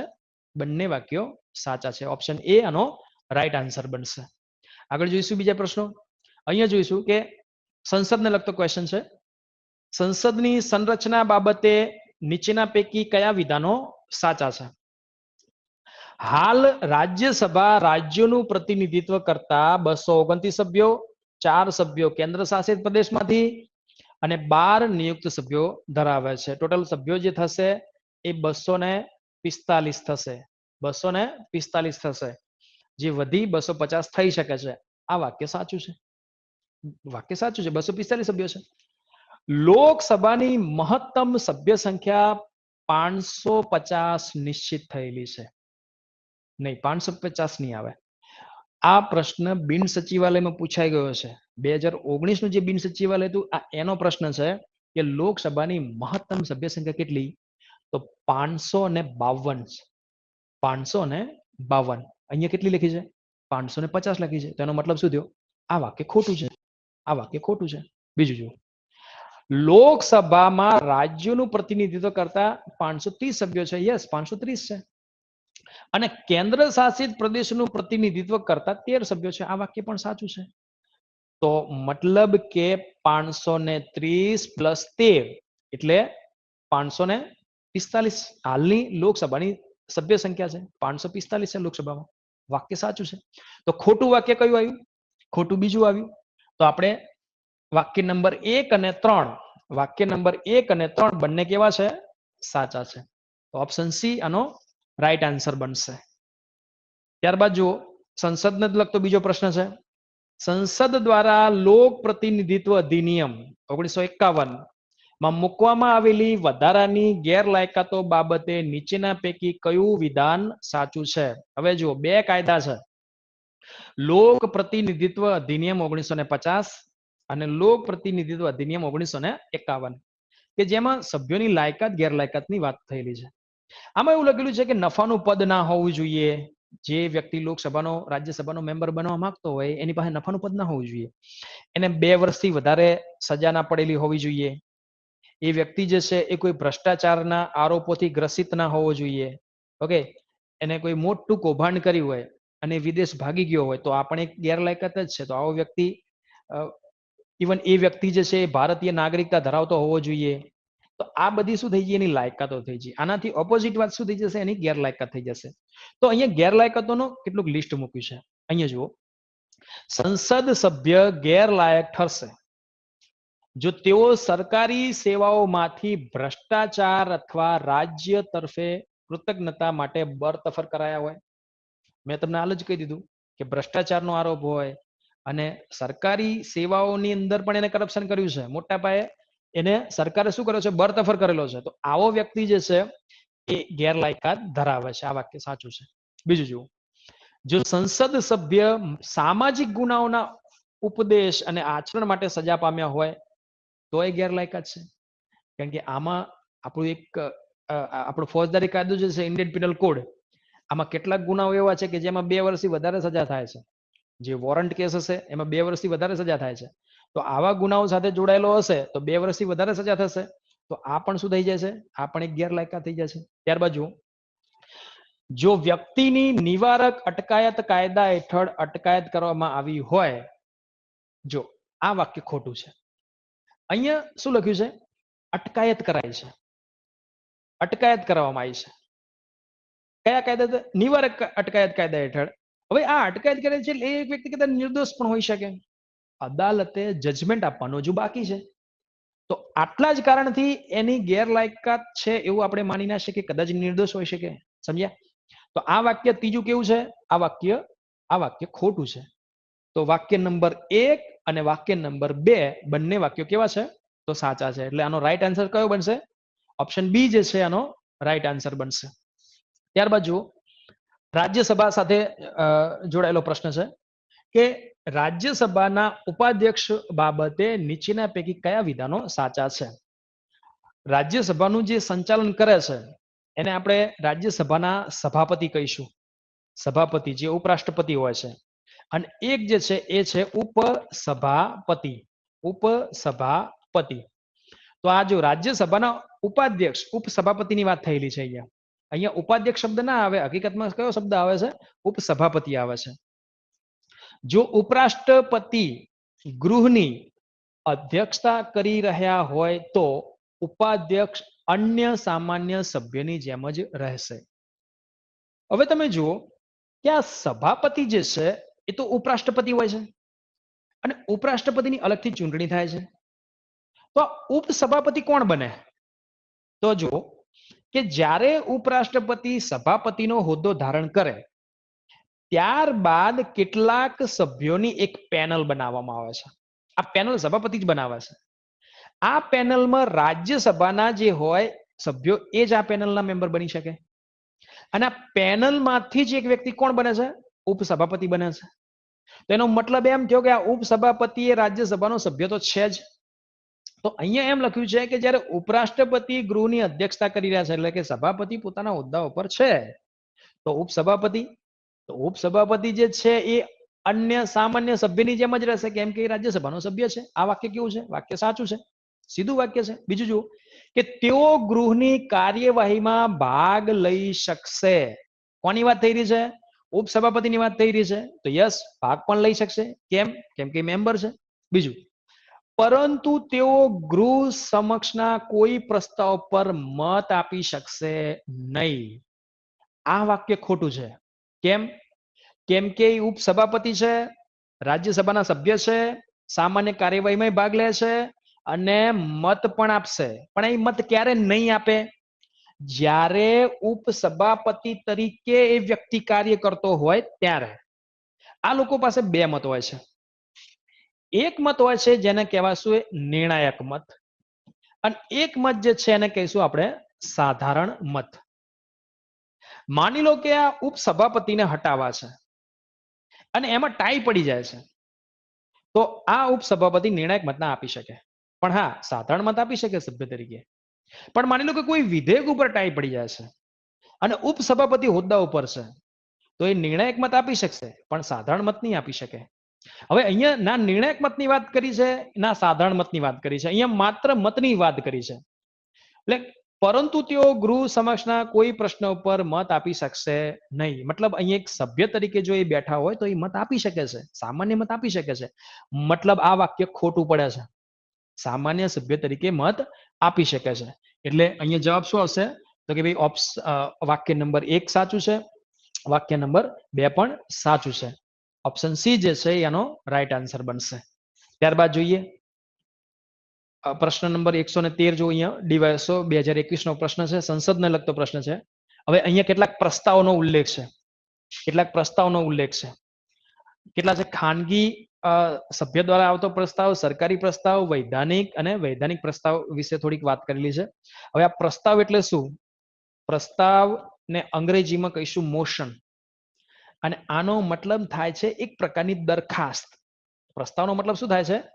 કે સભા પટલ ઉપર મૂકવામાં આવેલી એક પ્રકારની દરખાસ્ત. તો એ દરખાસ્તને લગતા અહીંયા પ્રશ્નો પૂછાયા છે. પ્રશ્ન એવો છે કે ખાનગી સભ્ય ઓકે પ્રસ્તાવને ફક્ત બપોરની બેઠક એકાંતર શુક્રવારે ચર્ચા કરવામાં આવે છે. આ વાક્ય સાચું છે. આ લોકસભાની કાર્યવાહી સાથે જોડાયેલો પ્રશ્ન છે. આપણે જ્યારે સંસદ ભણીશું ત્યારે લોકસભાની અંદર કેટલી કાર્યવાહી છે, પ્રશ્નકાળ કોને કહેવાય, શૂન્યકાળ કોને કહેવાય, ક્યારે મોશન આવે, નો કોન્ફિડન્સ મોશન ક્યારે આવી શકે, કોણ લાવી શકે, એમાં કેટલું મતદાન થાય છે. ઓકે, અડધા કલાકની ચર્ચા કોને કહેવાય છે, ત્યારબાદ અલ્પકાલીન ચર્ચા કોને કહેવાય છે, ગિલોટીન પ્રસ્તાવ કોને કહેવાય, કાંગારૂ પ્રસ્તાવ કોને કહેવાય, કાપ પ્રસ્તાવ કોને કહેવાય, આ બધા પ્રસ્તાવ વિશે આપણે જોઈશું. આપણે ટૂંકમાં અહીંયા વાત કરીએ તો આ વાક્ય સાચું છે કે ફક્ત બપોરની બેઠક એટલે કે જે સેકન્ડ નંબરનું સિટિંગ છે એમાં આ પ્રસ્તાવ આવી શકે. લોકસભામાં મોટા ભાગે 2 સિટિંગ હોય છે. લોકસભા સાથે 2 શબ્દો જોડાયેલા છે, મીટિંગ અને સિટિંગ. મીટિંગ એટલે જે વાર ને જે તારીખે બેઠક થઈ છે, અને સિટિંગ એટલે જેટલા વાગે બેઠક થઈ છે. મોટા ભાગે પહેલું સિટિંગ 11 વાગે સ્ટાર્ટ થઈ જાય છે. આ પ્રસ્તાવ બીજા સિટિંગની અંદર આવતો હોય છે. બીજું, સરકારી પ્રસ્તાવ તે સોમવારથી ગુરુવાર સુધીમાં કોઈ પણ દિવસે હાથ પર લઈ શકાય છે. સાચી વાત છે. સરકારી પ્રસ્તાવ જે છે લઈ શકાય છે, જે મોટા ભાગે મેમ્બર દ્વારા મૂકવામાં આવતો હોય છે. ત્યારબાદ જો અહીંયા વૈધાનિક પ્રસ્તાવ તે ફક્ત મંત્રીઓ દ્વારા જ રજૂ કરી શકાય છે. એવું ના હોય. વૈધાનિક પ્રસ્તાવનો મતલબ એમ થાય કે કોઈ નાનો મોટો કાયદો બનાવવો છે તો એ મંત્રીઓ જ મૂકી શકે એવું ના હોય, એ તો કોઈ પણ સભ્ય મૂકી શકે. મતલબ આ વાક્ય ખોટું પડે છે. ત્યારબાદ જો વૈધાનિક પ્રસ્તાવ તે હંમેશા બંધારણની જોગવાઈઓ અથવા સંસદના કાયદા અનુસાર મેજ ઉપર મૂકવામાં આવે છે. આ વાક્ય સાચું છે, સીધું વાક્ય છે. તો વાક્ય ખોટું કયું પડે છે? 3 ખોટું પડે છે. તો આનો રાઈટ આન્સર શું બનશે?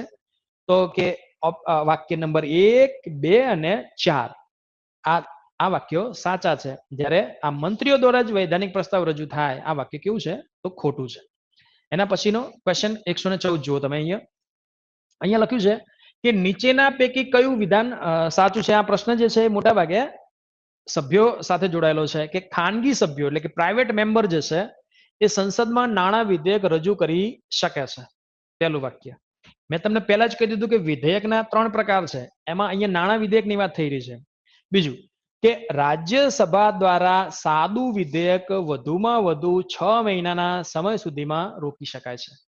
ત્રીજું જુઓ કે જો લોકસભા રાજ્યસભા દ્વારા નાણાં વિધેયકમાં કરવામાં આવેલી ભલામણો સ્વીકારે તો તે વિધેયક લોકસભામાં ફરીથી પસાર કરવું પડે છે.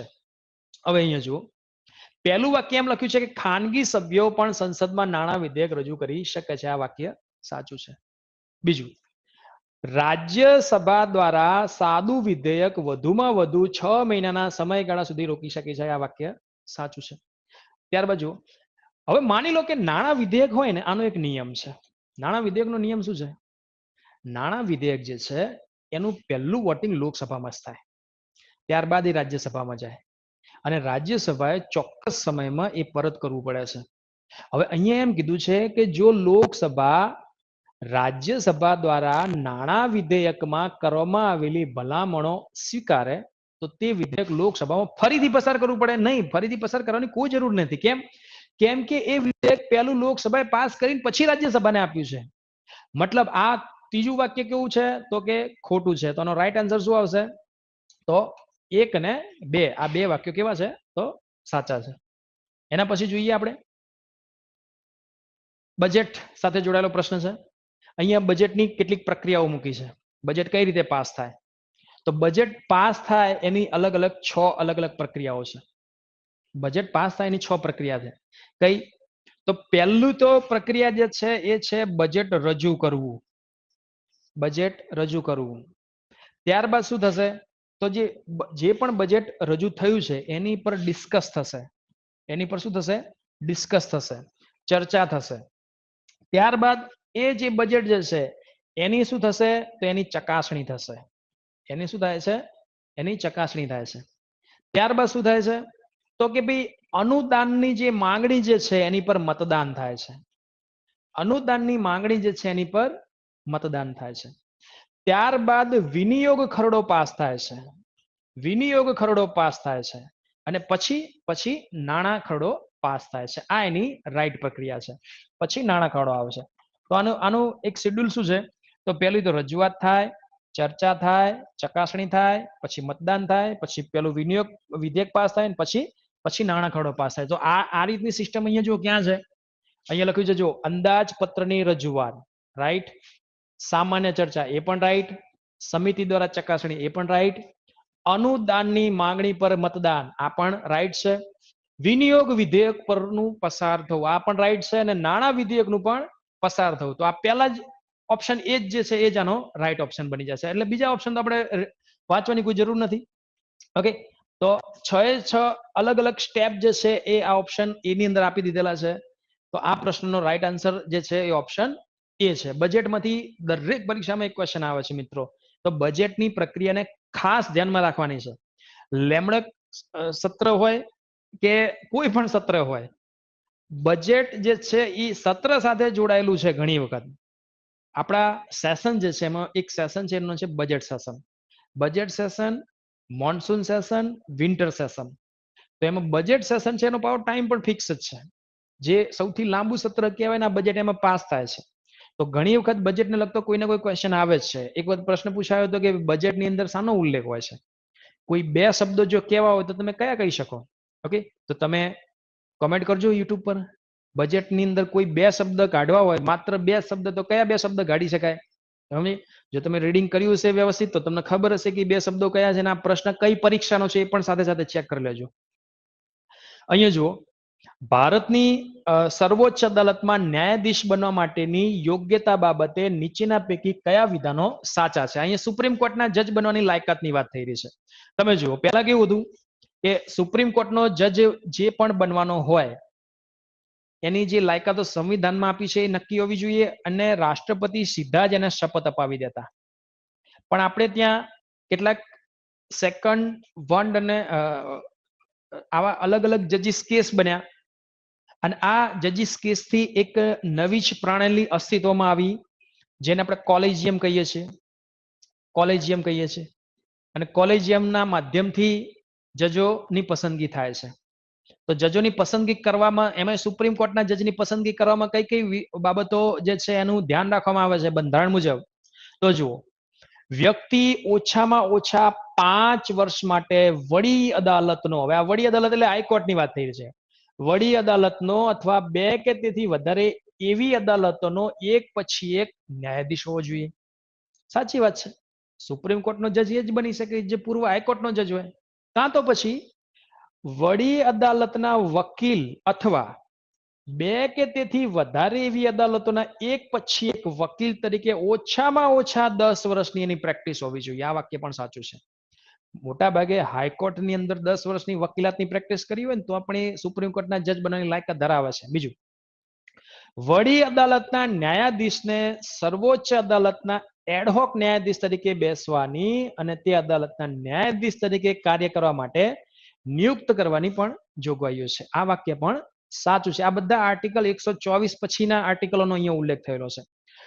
સર્વોચ્ચ અદાલત અથવા વડી અદાલતોના નિવૃત્ત ન્યાયાધીશોને તે અદાલતોમાં બેસવાની અને ન્યાયાધીશ તરીકે કાર્ય કરવા માટેની પણ જોગવાઈ છે. આ વાક્ય પણ સાચું છે. તો આ સ્ટેપ બાય સ્ટેપ અનુચ્છેદ 124 થી અહીંયા રજૂઆત થઈ છે. આ ભાગ 5 નો ક્વેશ્ચન છે. ઓકે, તો આમાં ઓપ્શન એ આનો રાઈટ આન્સર હશે. કેમ? કેમ કે 4 વાક્યો કેવા છે? તો સાચા છે.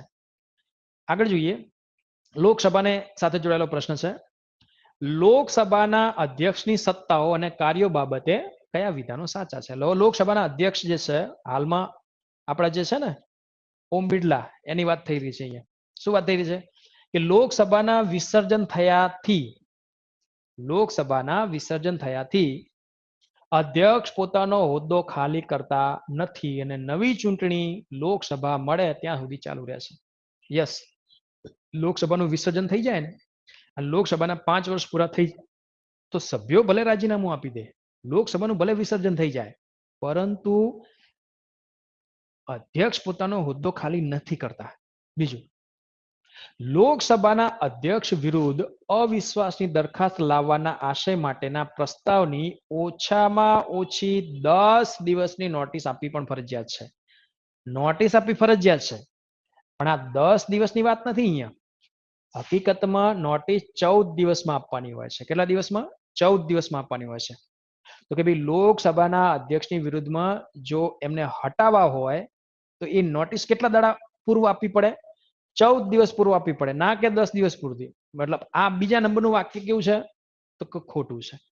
ત્રીજું જુઓ, અધ્યક્ષ વિરુદ્ધ અવિશ્વાસની દરખાસ્ત દરમિયાન તેઓ મત આપી શકશે નહીં. મેં તમને પહેલા જ કહી દીધું કે અધ્યક્ષ સભાપતિ પાસે 2 મત છે. કયા 2 મત છે? એક છે નિર્ણાયક મત અને એક છે સામાન્ય મત. સામાન્ય મત. હવે અહીંયા જુઓ, નિર્ણાયક મત ક્યારે? તો કોઈ બિલ બાબતે, કોઈ મહત્વની ઠરાવ બાબતે ટાઈ પડે ત્યારે. અને સામાન્ય મત ક્યારે? કે જ્યારે એમને જ હટાવવાના છે એવો કોઈ પ્રસ્તાવ આવ્યો છે અને એમાં ટાઈ પડે ત્યારે. મતલબ એમને હટાવવાનો છે આવું જો મતદાન થઈ રહ્યું હોય તો એમ સામાન્ય મત આપી શકે, પણ એ નિર્ણાયક મત ના આપી શકે. અને જ્યારે કોઈ બિલ બાબતે, કોઈ ઠરાવ બાબતે ટાઈ પડે છે તો એમાં એમને નિર્ણાયક મત આપી શકે, પણ સામાન્ય મત ના આપી શકે. હવે અહીંયા જો શું લખ્યું છે કે એમને હટાવવાના છે, અવિશ્વાસની દરખાસ્ત દરમિયાન એમને જ હટાવવાના છે તો એ સામાન્ય મત તો આપી શકે છે. ઓકે, મતલબ આ ત્રીજું વાક્ય કેવું છે? તો કે આ વાક્ય ખોટું છે. સમજ્યા ને? તો અહીંયા રાઈટ આન્સર શું બનશે? તો કે ભાઈ ફક્ત એક જે છે ને એ એમનો કાર્યકાળ લોકસભાના વિસર્જન પછી પણ શું રહે છે? તો કે ભાઈ ચાલુ રહે છે. એના પછીનો ક્વેશ્ચન જોઈએ, ક્વેશ્ચન નંબર 118. અહીંયા વિધેયકને સાથે જોડાયેલો જે પ્રશ્ન છે. વિધેયક 3 પ્રકારના વિધેયકો છે કે જે લોકસભા દ્વારા પસાર કરવામાં આવ્યું હોય, લોકસભામાં પાસ થઈ ગયું છે, પરંતુ રાજ્યસભામાં અનિર્ણિત હોય. અનિર્ણિત મતલબ રાજ્યસભાએ કોઈ એક્શન લીધી નથી, રદ થાય. સાચી વાત છે, રદ થઈ જાય. કેટલા ટાઈમ પર રદ થાય? તો 6 મહિના. સામાન્ય વિધેયકની વાત છે, 6 મહિના. સાચું વાક્ય છે. બીજું જુઓ, વિધેયક બંને ગૃહો દ્વારા પસાર કરવામાં આવ્યું હોય પરંતુ રાષ્ટ્રપતિની સંમતિ માટે બાકી હોય, રદ થાય. ખોટું વાક્ય. કેમ? કેમ કે રાષ્ટ્રપતિ જે છે એ એમની સંમતિ આપે ખરા કે ના આપે? પોકેટ વીટો વાપરી શકે છે, તો પોકેટ વીટો વાપરી શકે છે. વિધેયક બંને ગૃહો દ્વારા પસાર કરવામાં આવ્યું હોય પરંતુ રાષ્ટ્રપતિ દ્વારા પુનઃ વિચાર માટે પરત કરવામાં આવ્યું હોય તો રદ થાય. રદ ના થાય. એ પુનર્વિચાર કરવા માટે આપ્યું છે ને, તો પુનર્વિચાર કરીને ફરીથી રાષ્ટ્રપતિ પાસે એ મૂકવામાં આવે છે. વિધેયક રાજ્યસભામાં અનિર્ણિત હોય પરંતુ લોકસભા દ્વારા પસાર કરવામાં ના આવ્યું હોય તો રદ ના થાય. આ વાક્ય સાચું છે. ઓકે, આ વાક્ય કેવું છે? સાચું છે. ઓકે, વિધેયક રાજ્યસભામાં અનિર્ણિત હોય પરંતુ લોકસભા દ્વારા પસાર કરવામાં ન આવ્યું હોય તો રદ ન થાય. રદ ના થાય કેમ કે ઘણા બિલ એવા છે કે જે પેલા રાજ્યસભામાં પાસ થાય પછી લોકસભામાં પાસ થાય છે. સમજ્યા? સામાન્ય વિધેયક રાજ્યસભામાં પણ પેલું પાસ થઈ શકે છે. તો આ વાક્ય કેવું છે? આ વાક્ય પણ સાચું છે. ઓકે, તો અહીંયા જુઓ તમે કે વિધેયક કે જે લોકસભા દ્વારા પસાર કરવામાં આવ્યું હોય પરંતુ રાજ્યસભામાં અનિર્ણિત હોય, રદ થાય. શું છે? રદ થાય. આ વાક્ય સાચું છે. વાક્ય નંબર 4 પણ સાચું છે.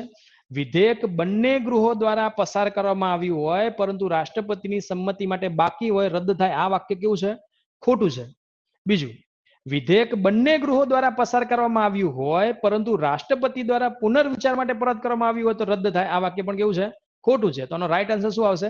જવાબ આમાં ઓપ્શન બી આવશે. ફક્ત 1 અને 4 આ વાક્ય કેવા છે? સાચા છે. અને બાકીના કેવા છે? તો વાક્યો ખોટા છે. સમજ્યા ને? આગળ વધીએ તો અહીંયા જુઓ એક પ્રશ્ન બીજો છે, સમિતિઓ સાથે જોડાયેલો છે. અહીંયા સ્થાયી સમિતિઓના પ્રશ્ન છે. પ્રશ્ન શું છે કે દરેક સ્થાયી સમિતિ 31 સભ્યોની બનેલી હોય છે. 21 સભ્યો લોકસભામાંથી ને 10 રાજ્યસભામાંથી. સાચી વાત છે. આપણી 24 સમિતિઓ જે છે મોટા ભાગે એમાં સભ્યોની સંખ્યા આ રીતની જ હોય છે. આ સમિતિઓ દરમિયાન આપણે આ વાતને ભણીશું. મંત્રીઓ પૈકી ફક્ત કેબિનેટ મંત્રીઓ જ સ્થાયી સમિતિના સભ્યો બનવા યોગ્યતા ધરાવે છે એવું નથી હોતું મિત્રો. હકીકતમાં આ જે મંત્રી છે એની આ સમિતિના સભ્ય જ ના બની શકે. બીજું, 24 સમિતિઓમાંથી 14 લોકસભામાંથી છે અને 10 રાજ્યસભામાંથી છે. નહીં, આવી રીતે નહીં. લોકસભામાંથી 16 સમિતિ અને રાજ્યસભામાંથી બાકીની 8 સમિતિ, એટલે થઈ ગઈ 24. તો આ વાક્ય પણ કેવું છે? ખોટું છે. બરોબર. તો સાચું વાક્ય શું છે? ફક્ત એક. એટલે આમાં જવાબ શું હશે? ઓપ્શન સી જે છે આનો રાઈટ આન્સર બનશે. આગળ બીજો પ્રશ્ન જોઈએ. 120મો પ્રશ્ન જુઓ. મુખ્યમંત્રી સાથે જોડાયેલા 2 વાક્યો છે. મુખ્યમંત્રીની સત્તાઓ અને કાર્યો બાબતે નીચેના પૈકી કયા વિધાન સાચા છે? પહેલું વાક્ય જુઓ. મુખ્યમંત્રી જે તે ઝોનલ કાઉન્સિલના નાયબ અધ્યક્ષ તરીકે ક્રમ આધારે 2 વર્ષના સમયગાળા માટે કાર્ય કરશે. નહીં કરે. મુખ્યમંત્રી ઝોનલ કાઉન્સિલના નાયબ અધ્યક્ષ નથી બનતા. તેઓ કોઈ પણ સમયે કેન્દ્રને વિધાન પરિષદનો ભંગ કરવા માટેની ભલામણ કરી શકે. ખોટું વાક્ય છે. મુખ્યમંત્રી ના કરી શકે. સમજ્યા? કારણ કે મુખ્યમંત્રીને પણ સાથે સલાહ અને પરામર્શ માટે એક રાજ્ય મંત્રી પરિષદ છે જે રાજ્યપાલને સલાહ આપે છે. બંને વાક્યો કેવા છે? બંને વાક્યો જે છે એમાં કોઈ તથ્ય નથી. મતલબ એ અને બી બંને વાક્ય જે છે એ ખોટા છે. સમજ્યા? એ અને બી બંને વાક્ય કેવા છે? તો કે ભાઈ ખોટા છે. ત્યારબાદ જુઓ ટ્રિબ્યુનલ. આ ટ્રિબ્યુનલ વિશે સંવિધાનના ભાગ 14 એમાં જણાવવામાં આવ્યું છે. હવે સિલેબસમાં ભાગ 14 છે નહીં, પણ છતાં અહીંયા જો પ્રશ્ન પૂછાયો છે. પ્રશ્ન શું છે? ટ્રિબ્યુનલ. ટ્રિબ્યુનલ એટલે આયોગ. આયોગની સ્થાપના માટેની જોગવાઈ કરવા ફક્ત સંસદ અધિકૃત છે. આયોગ તો રાજ્ય સરકાર પણ બનાવી શકે. ફક્ત સંસદ અધિકૃત છે એવું નથી. એટલે પહેલું જ વાક્ય ખોટું આવે છે. બીજું જુઓ. રાજ્ય સરકારના કર્મચારીઓની ભરતી અને તમામ સેવા લગતી બાબતોના સંબંધે રાજ્ય વહીવટી ટ્રિબ્યુનલો મૂળ ન્યાય ક્ષેત્ર ભોગવે છે. વાત સાચી છે. એક ટ્રિબ્યુનલ છે, નામ છે સેટ. સેટ આનું આખું નામ છે સ્ટેટ એડમિનિસ્ટ્રેટિવ ટ્રિબ્યુનલ. ઓકે. બંધારણ અનુસાર કેન્દ્ર માટે ફક્ત એક અને દરેક રાજ્ય અથવા 2 કે તેથી વધુ રાજ્ય માટે એક ટ્રિબ્યુનલની સ્થાપના કરી શકે. વાત સાચી છે. ભારતમાં હાલમાં 9 અલગ અલગ પ્રકારની ટ્રિબ્યુનલો કામ કરે છે જે રાજ્યો સાથે જોડાયેલી છે. તો આ ટ્રિબ્યુનલમાં 1 થી વધુ રાજ્યો જોડાયેલા છે. સમજ્યા? તો આ વાક્ય પણ કેવું છે? તો કે આ વાક્ય પણ સાચું છે. તો પહેલું જે વાક્ય છે એ જ ખોટું છે. બાકીના બંને વાક્યો સાચા છે. એટલે કે વાક્ય નંબર 2 અને વાક્ય નંબર 3 બંને કેવા છે? સાચા છે. એટલે અહીંયા રાઈટ આન્સર કયો આવશે? ઓપ્શન બી આવશે. 2 અને 3 બંને વાક્ય સાચા છે. એના પછીનો એક ક્વેશ્ચન છે 122 નંબરમાં, જે પંચાયતી રાજ સાથે જોડાયેલો છે. ગ્રામ ન્યાયાલય અધિનિયમ 2008 ની વાત થઈ રહી છે. હવે ગ્રામ ન્યાયાલય અધિનિયમ અલગથી કરવાનો છે તો નહીં મિત્રો. જ્યારે આપણે ક્લાસની અંદર ભાગ 9 વિશે ચર્ચા કરીશું પંચાયતી રાજ વિશે, તો એની અંદર જ આ અધિનિયમ જે છે એને આપણે વણી લઈશું. તો આમાં આ અધિનિયમથી એક ન્યાયાલયની વાત થયેલી છે. એને આપણે શું કહીશું? ગ્રામ ન્યાયાલય. જે વિદ્યાર્થીઓ આ ભણ્યા નથી ટોપિક, તો એમને આ ખ્યાલ નહીં હોય, પણ આપણે અહીંયા ટૂંકમાં કહી દઈએ તો કે ગ્રામ ન્યાયાલયના પ્રિસાઇડિંગ ઓફિસર એટલે કે ન્યાયાધિકારીની નિમણૂક રાજ્ય સરકાર વડી અદાલત સાથે પરામર્શ કરીને કરે છે. વાત સાચી છે. માની લો કે જિલ્લાના જજની નિમણૂક કરવી હોય તો પણ રાજ્ય સરકાર વડી અદાલત સાથે પરામર્શ કરે છે. એમ અહીંયા પણ એક ન્યાયાધિકારીની નિમણૂક કરવી હોય તો હાઈકોર્ટ સાથે પરામર્શ કરશે રાજ્ય સરકાર. કેમ કે રાજ્ય સરકાર પાસે કાયદાકીય કે ન્યાયિક પ્રક્રિયાનું નોલેજ નથી એવું માની લીધું છે. એટલે હાઈકોર્ટ એના માટે નિશ્ચિત સંસ્થા છે. દરેક પંચાયત માટે મધ્યમવર્તી સ્તરે ગ્રામ ન્યાયાલયની સ્થાપના કરવામાં આવે છે. આ પણ સાચું છે. હવે આ મધ્યમવર્તી સ્તરે એટલે કે 2 ગામ 3 ગામ વચ્ચે એક ન્યાયાલય હોઈ શકે છે. બીજું, ગ્રામ ન્યાયાલયો ફક્ત દીવાની અદાલતોની સત્તા ધરાવે છે. જો વિદ્યાર્થી તમે આ ફક્ત શબ્દને વધારે પકડવાનો, સમજ્યા? અહીંથી આ વાક્ય ખોટું સાબિત થઈ જાય. ઘણી વખત આ ન્યાયાલયો જે છે દીવાની બાબતોને તો હેન્ડલ કરે છે, પણ નાની મોટી જે જે ક્રિમિનલ મેટરો છે એને પણ આ અદાલતો શું કરે છે? હેન્ડલ કરે છે. તો એક વાત અહીંયા ધ્યાનમાં, તો વાક્ય નંબર 3 કેવું છે? એ ખોટું છે. તો વાક્ય નંબર 1 અને 2 બંને કેવા છે? સાચા છે. તો આમાં ઓપ્શન સી જે છે એનો રાઈટ આન્સર બનશે. ત્યારબાદ જોઈશું ક્વેશ્ચન નંબર 123, જે પંચાયતી રાજનો છે. 73માં બંધારણીય સુધારણા અધિનિયમમાંથી બાકાત રાખવામાં આવેલા વિસ્તારો બાબતે નીચેના પૈકી કયા વિધાનો સાચા છે? અહીંયા જે 73મો સુધારો જે થયો, જે પંચાયતી રાજને લગતો સુધારો હતો, આ સુધારો કરવાની જરૂર એટલા માટે પડી, બંધારણની અંદર એક ભાગ છે, ભાગ 4, અને આનો એક આર્ટિકલ છે, આર્ટિકલ 40, જેને ગાંધીવાદી આર્ટિકલ કહેવાય છે. આ આર્ટિકલમાં એમ લખ્યું છે કે રાજ્ય સરકાર ગ્રામ પંચાયતોની રચના કરશે, પણ એનું કોઈ શેડ્યુલ નહોતું. અને આગળ જતા પ્રોબ્લેમ એ થયો કે અમુક રાજ્યોમાં પંચાયતો બની ને અમુક રાજ્યોમાં ના બની. અને બની તો કોઈ જગ્યાએ ત્રિસ્તરીય બની, કોઈ જગ્યાએ દ્વિસ્તરીય, તો કોઈ જગ્યાએ એક જ પંચાયત કામ કરતી હતી. આથી સરકારને જરૂરિયાત અનુભવાઈ કે પંચાયતો બાબતે કોઈ નિશ્ચિત આયોજન હોવું જોઈએ. એના માટે બળવંતરાય મહેતા સમિતિ બની, અશોક મહેતા સમિતિ બની, ઓકે, પીકે થુંગન સમિતિ બની, LM સિંઘવી સમિતિ બની. આ બધી અલગ અલગ સમિતિઓની ભલામણોથી 73મો સુધારો થયો છે. આ સુધારાથી આખા ભારતની અંદર પંચાયતો બનાવવી ફરજિયાત થઈ. પરંતુ કેટલાક વિસ્તારો એવા છે કે જે ભાગ 10 અંતર્ગત આવે છે. હંમેશા યાદ રાખવાનું, ભાગ 10 નો જે અનુસૂચિત અને આદિજાતિ વિસ્તારો આવી જાય ને, ત્યારે કંઈક અપવાદ આવશે. એક ભાગ 10 ખુદ એક અપવાદ છે. ભાગ 10 જે છે ને, એમાં કેટલાક કાયદાઓ છે જે લાગુ નથી પડતા, એનો પણ ઉલ્લેખ છે. તો એક તો એ. બીજું, કેટલાક વિસ્તાર એવા છે કે જ્યાં આદિજાતિ સમુદાય વસવાટ કરે છે. હવે આ આદિજાતિ સમુદાય જે છે, આ સમુદાયની પોતાની અલગથી પંચાયત છે, એમના રીતિ રિવાજ જુદા છે, એમની પહેરવેશ, એમની બોલી, એમની ભાષા જુદી છે. તો શું પંચાયતોને એમની પર શું બળજબરીથી લાગુ કરી દેવાની? ના. તો આ એમ પૂછે છે આ પ્રશ્ન કે આ જે 73મો સુધારો જે છે એ કયા વિસ્તારોમાં લાગુ ના પણ કરી શકાય? તો જુઓ, આ અધિનિયમ નાગાલેન્ડ, મેઘાલય અને મિઝોરમ રાજ્યોને લાગુ પડતો નથી. નાગા સમુદાય જે છે એમની પોતાની એક આગવી પંચાયત છે, એટલા માટે.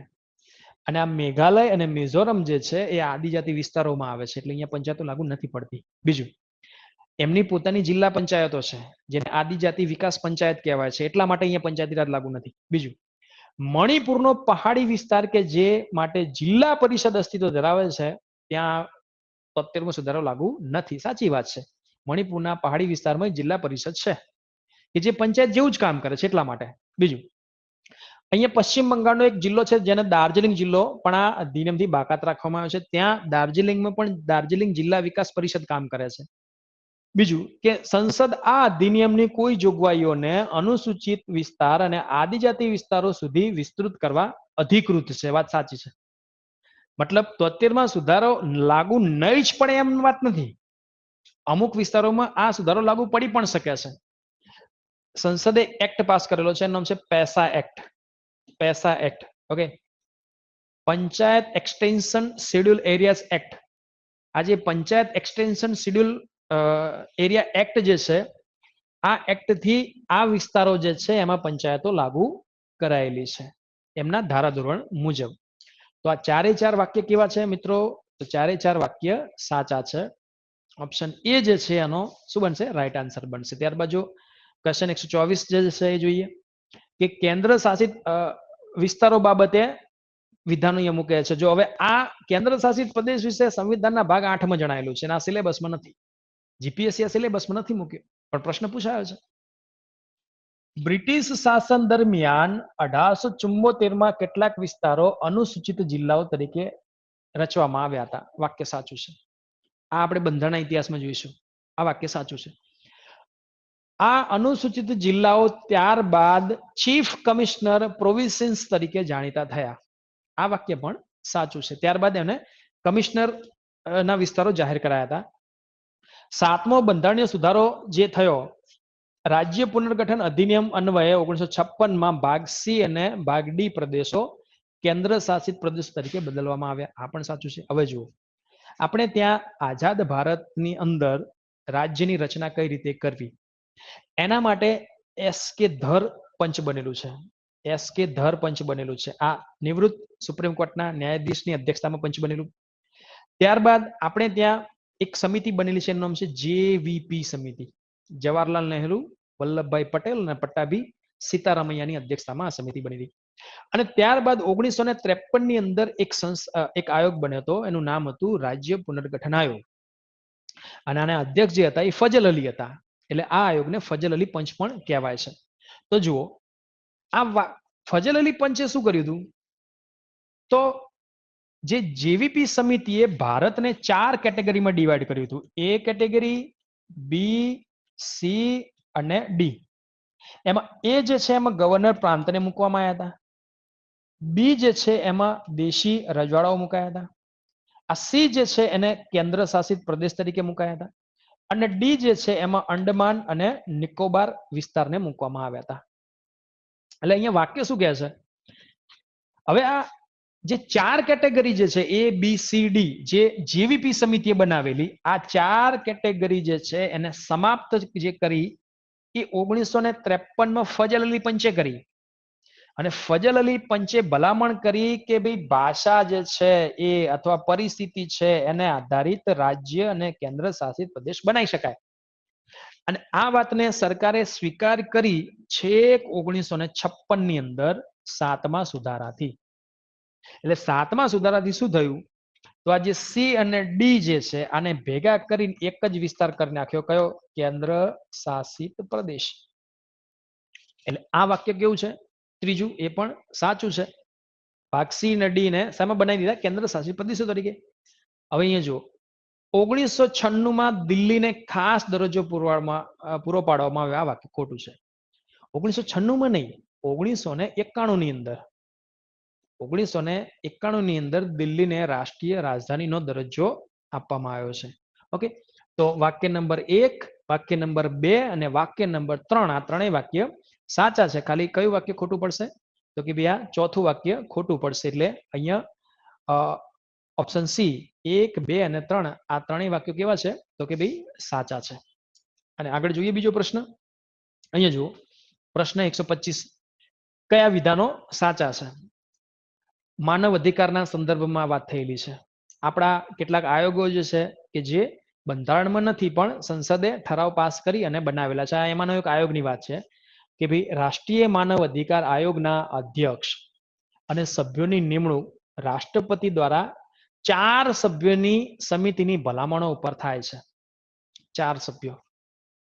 જો રાષ્ટ્રપતિ જે છે એ સભ્યોની જે સમિતિ બની છે એની ભલામણથી તો કરે જ છે, પણ એ 4 સભ્યોની બનેલી નથી હોતી. આ સમિતિ જે છે એ 6 સભ્યોની બનેલી હોય છે. એટલે સભ્ય સંખ્યા અહીંયા તમારે ધ્યાનમાં રાખવી પડે. ઘણી વખત એમાં વડાપ્રધાન પણ હોય, એમાં લોકસભાના અધ્યક્ષ પણ હોય, રાજ્યસભાના અધ્યક્ષ પણ હોય છે, એમાં લોકસભાના નેતા વિરોધ પક્ષના, રાજ્યસભાના નેતા વિરોધ પક્ષના, આ લોકો ભેગા થઈ અને નક્કી કરે છે. બીજું કે રાષ્ટ્રીય માનવ અધિકાર આયોગના અધ્યક્ષ અને સભ્યો હોદ્દો 3 વર્ષના સમય માટે અથવા 65 વર્ષની ઉંમર થાય ત્યાં સુધી ધારણ કરે છે. ઓકે, આ વાક્ય પણ ખોટું છે. કેમ કે આ હોદ્દાનો કાર્યકાળ જે છે એ 5 વર્ષનો છે. આ હોદ્દાનો કાર્યકાળ 5 વર્ષનો છે. અને 65 વર્ષ નહીં મિત્રો, અહીંયા કેટલા છે? 70 વર્ષ છે. 70 વર્ષની ઉંમર ના થાય ત્યાં સુધી આ હોદ્દો એમને ધારણ કરવો પડશે. રાજ્યપાલ દ્વારા રાજ્ય મુખ્ય માહિતી કમિશનર અથવા અન્ય કોઈ માહિતી કમિશનરને દૂર કરી શકે છે. વાત સાચી છે. કે રાજ્યની અંદર બધો કારોબાર કોના માથે છે? રાજ્યપાલના માથે છે. તો વાક્ય નંબર 3 જ સાચું છે. જ્યારે વાક્ય નંબર 1 અને વાક્ય નંબર 2 જે છે આ બંને વાક્યો કેવા છે? તો ખોટા છે. આથી અહીંયા જવાબ જે આવશે એ ઓપ્શન ડી જે છે આનો શું આવશે? રાઈટ આન્સર આવશે. તો આ રીતે વિદ્યાર્થીઓ તમે જોયું કે 2021 ની અંદર જે ડીવાયએસઓ ડેપ્યુટી મામલતદારનું પ્રશ્ન પત્ર આપણે જોયું, તેમાં કેવા કેવા પ્રશ્ન પૂછાયા? આમાં મોટા ભાગના જે પ્રશ્ન પૂછાયા છે એ વિધાનો વાળા પૂછાયા છે. કયા વિધાન સાચા છે, કયા વિધાન ખોટા છે. અને આવા પ્રશ્નો હવેની પરીક્ષામાં પૂછાઈ શકે છે. મતલબ કે આમાં ઘણી એવી બાબતો જે છે કે જે સૌથી વધારે મહત્વની હોય છે, અને ઘણી વખત શું થાય, તમે બધું રીડિંગ કરવામાં આપણે બધું જ જતું કરી દઈએ છીએ. તો તમે જુઓ કે કોઈ પણ પરીક્ષા પાસ કરવી હોય તો એ મુખ્ય 3 ચરણોમાંથી પસાર થાય. એમાંનું પ્રથમ ચરણ જે છે એ છે તૈયારી. બીજું જે છે એ છે પુનરાવર્તન. અને ત્રીજું જે ચરણ છે એ છે રજૂઆત. તમે તમારી રીતે તૈયારી કરો છો તો આ તૈયારીમાં ક્યાંક ખામી હોઈ શકે છે. પુનરાવર્તન એટલે કે ઓથેન્ટિક પુસ્તક, ઓથેન્ટિક મટીરિયલ જે છે એને વારે ઘડીએ એકની એક વાતને રિપીટ કરવી. અને રજૂઆતનો મતલબ થાય ટેસ્ટ આપવો. 100 વિદ્યાર્થી 200 વિદ્યાર્થીની વચ્ચે ટેસ્ટ આપો તો આપણને ખબર પડશે કે આપણે કેટલો પોઈન્ટ કમજોર છે અને કેટલા પોઈન્ટ આપણા મજબૂત છે. તો આ ત્રણે ત્રણ વસ્તુ તમને અહીંયા પૂરી પાડશે. તો આ આશા રાખું છું કે આ વિડીયો તમને ગમ્યો હશે, અને આ લેક્ચરને એક વખત નહીં 2 વખત જુઓ. કોઈ જ પણ પ્રોબ્લેમ હોય તો તમે કોમેન્ટ બોક્સની અંદર લખો. અમે તમારી એ કોમેન્ટને ધ્યાનમાં રાખી અને ફરીથી એક નવો જ વિડીયો એક તમારા માટે, તમારે પરીક્ષા માટે, તમારા કરિયર માટે અમે ફરીથી વિડીયો બનાવશું. અમે તમારા માટે સતત પ્રયત્નશીલ છીએ. આશા રાખું છું કે તમને આ વિડીયો ગમ્યો હશે, અને હવે પછી આવા બીજા નેક્સ્ટ વિડીયો તમે જોતા રહેજો. ત્યાં સુધી આવજો. તમને બધાને ઓલ ધ બેસ્ટ. અભિનંદન. Thank you.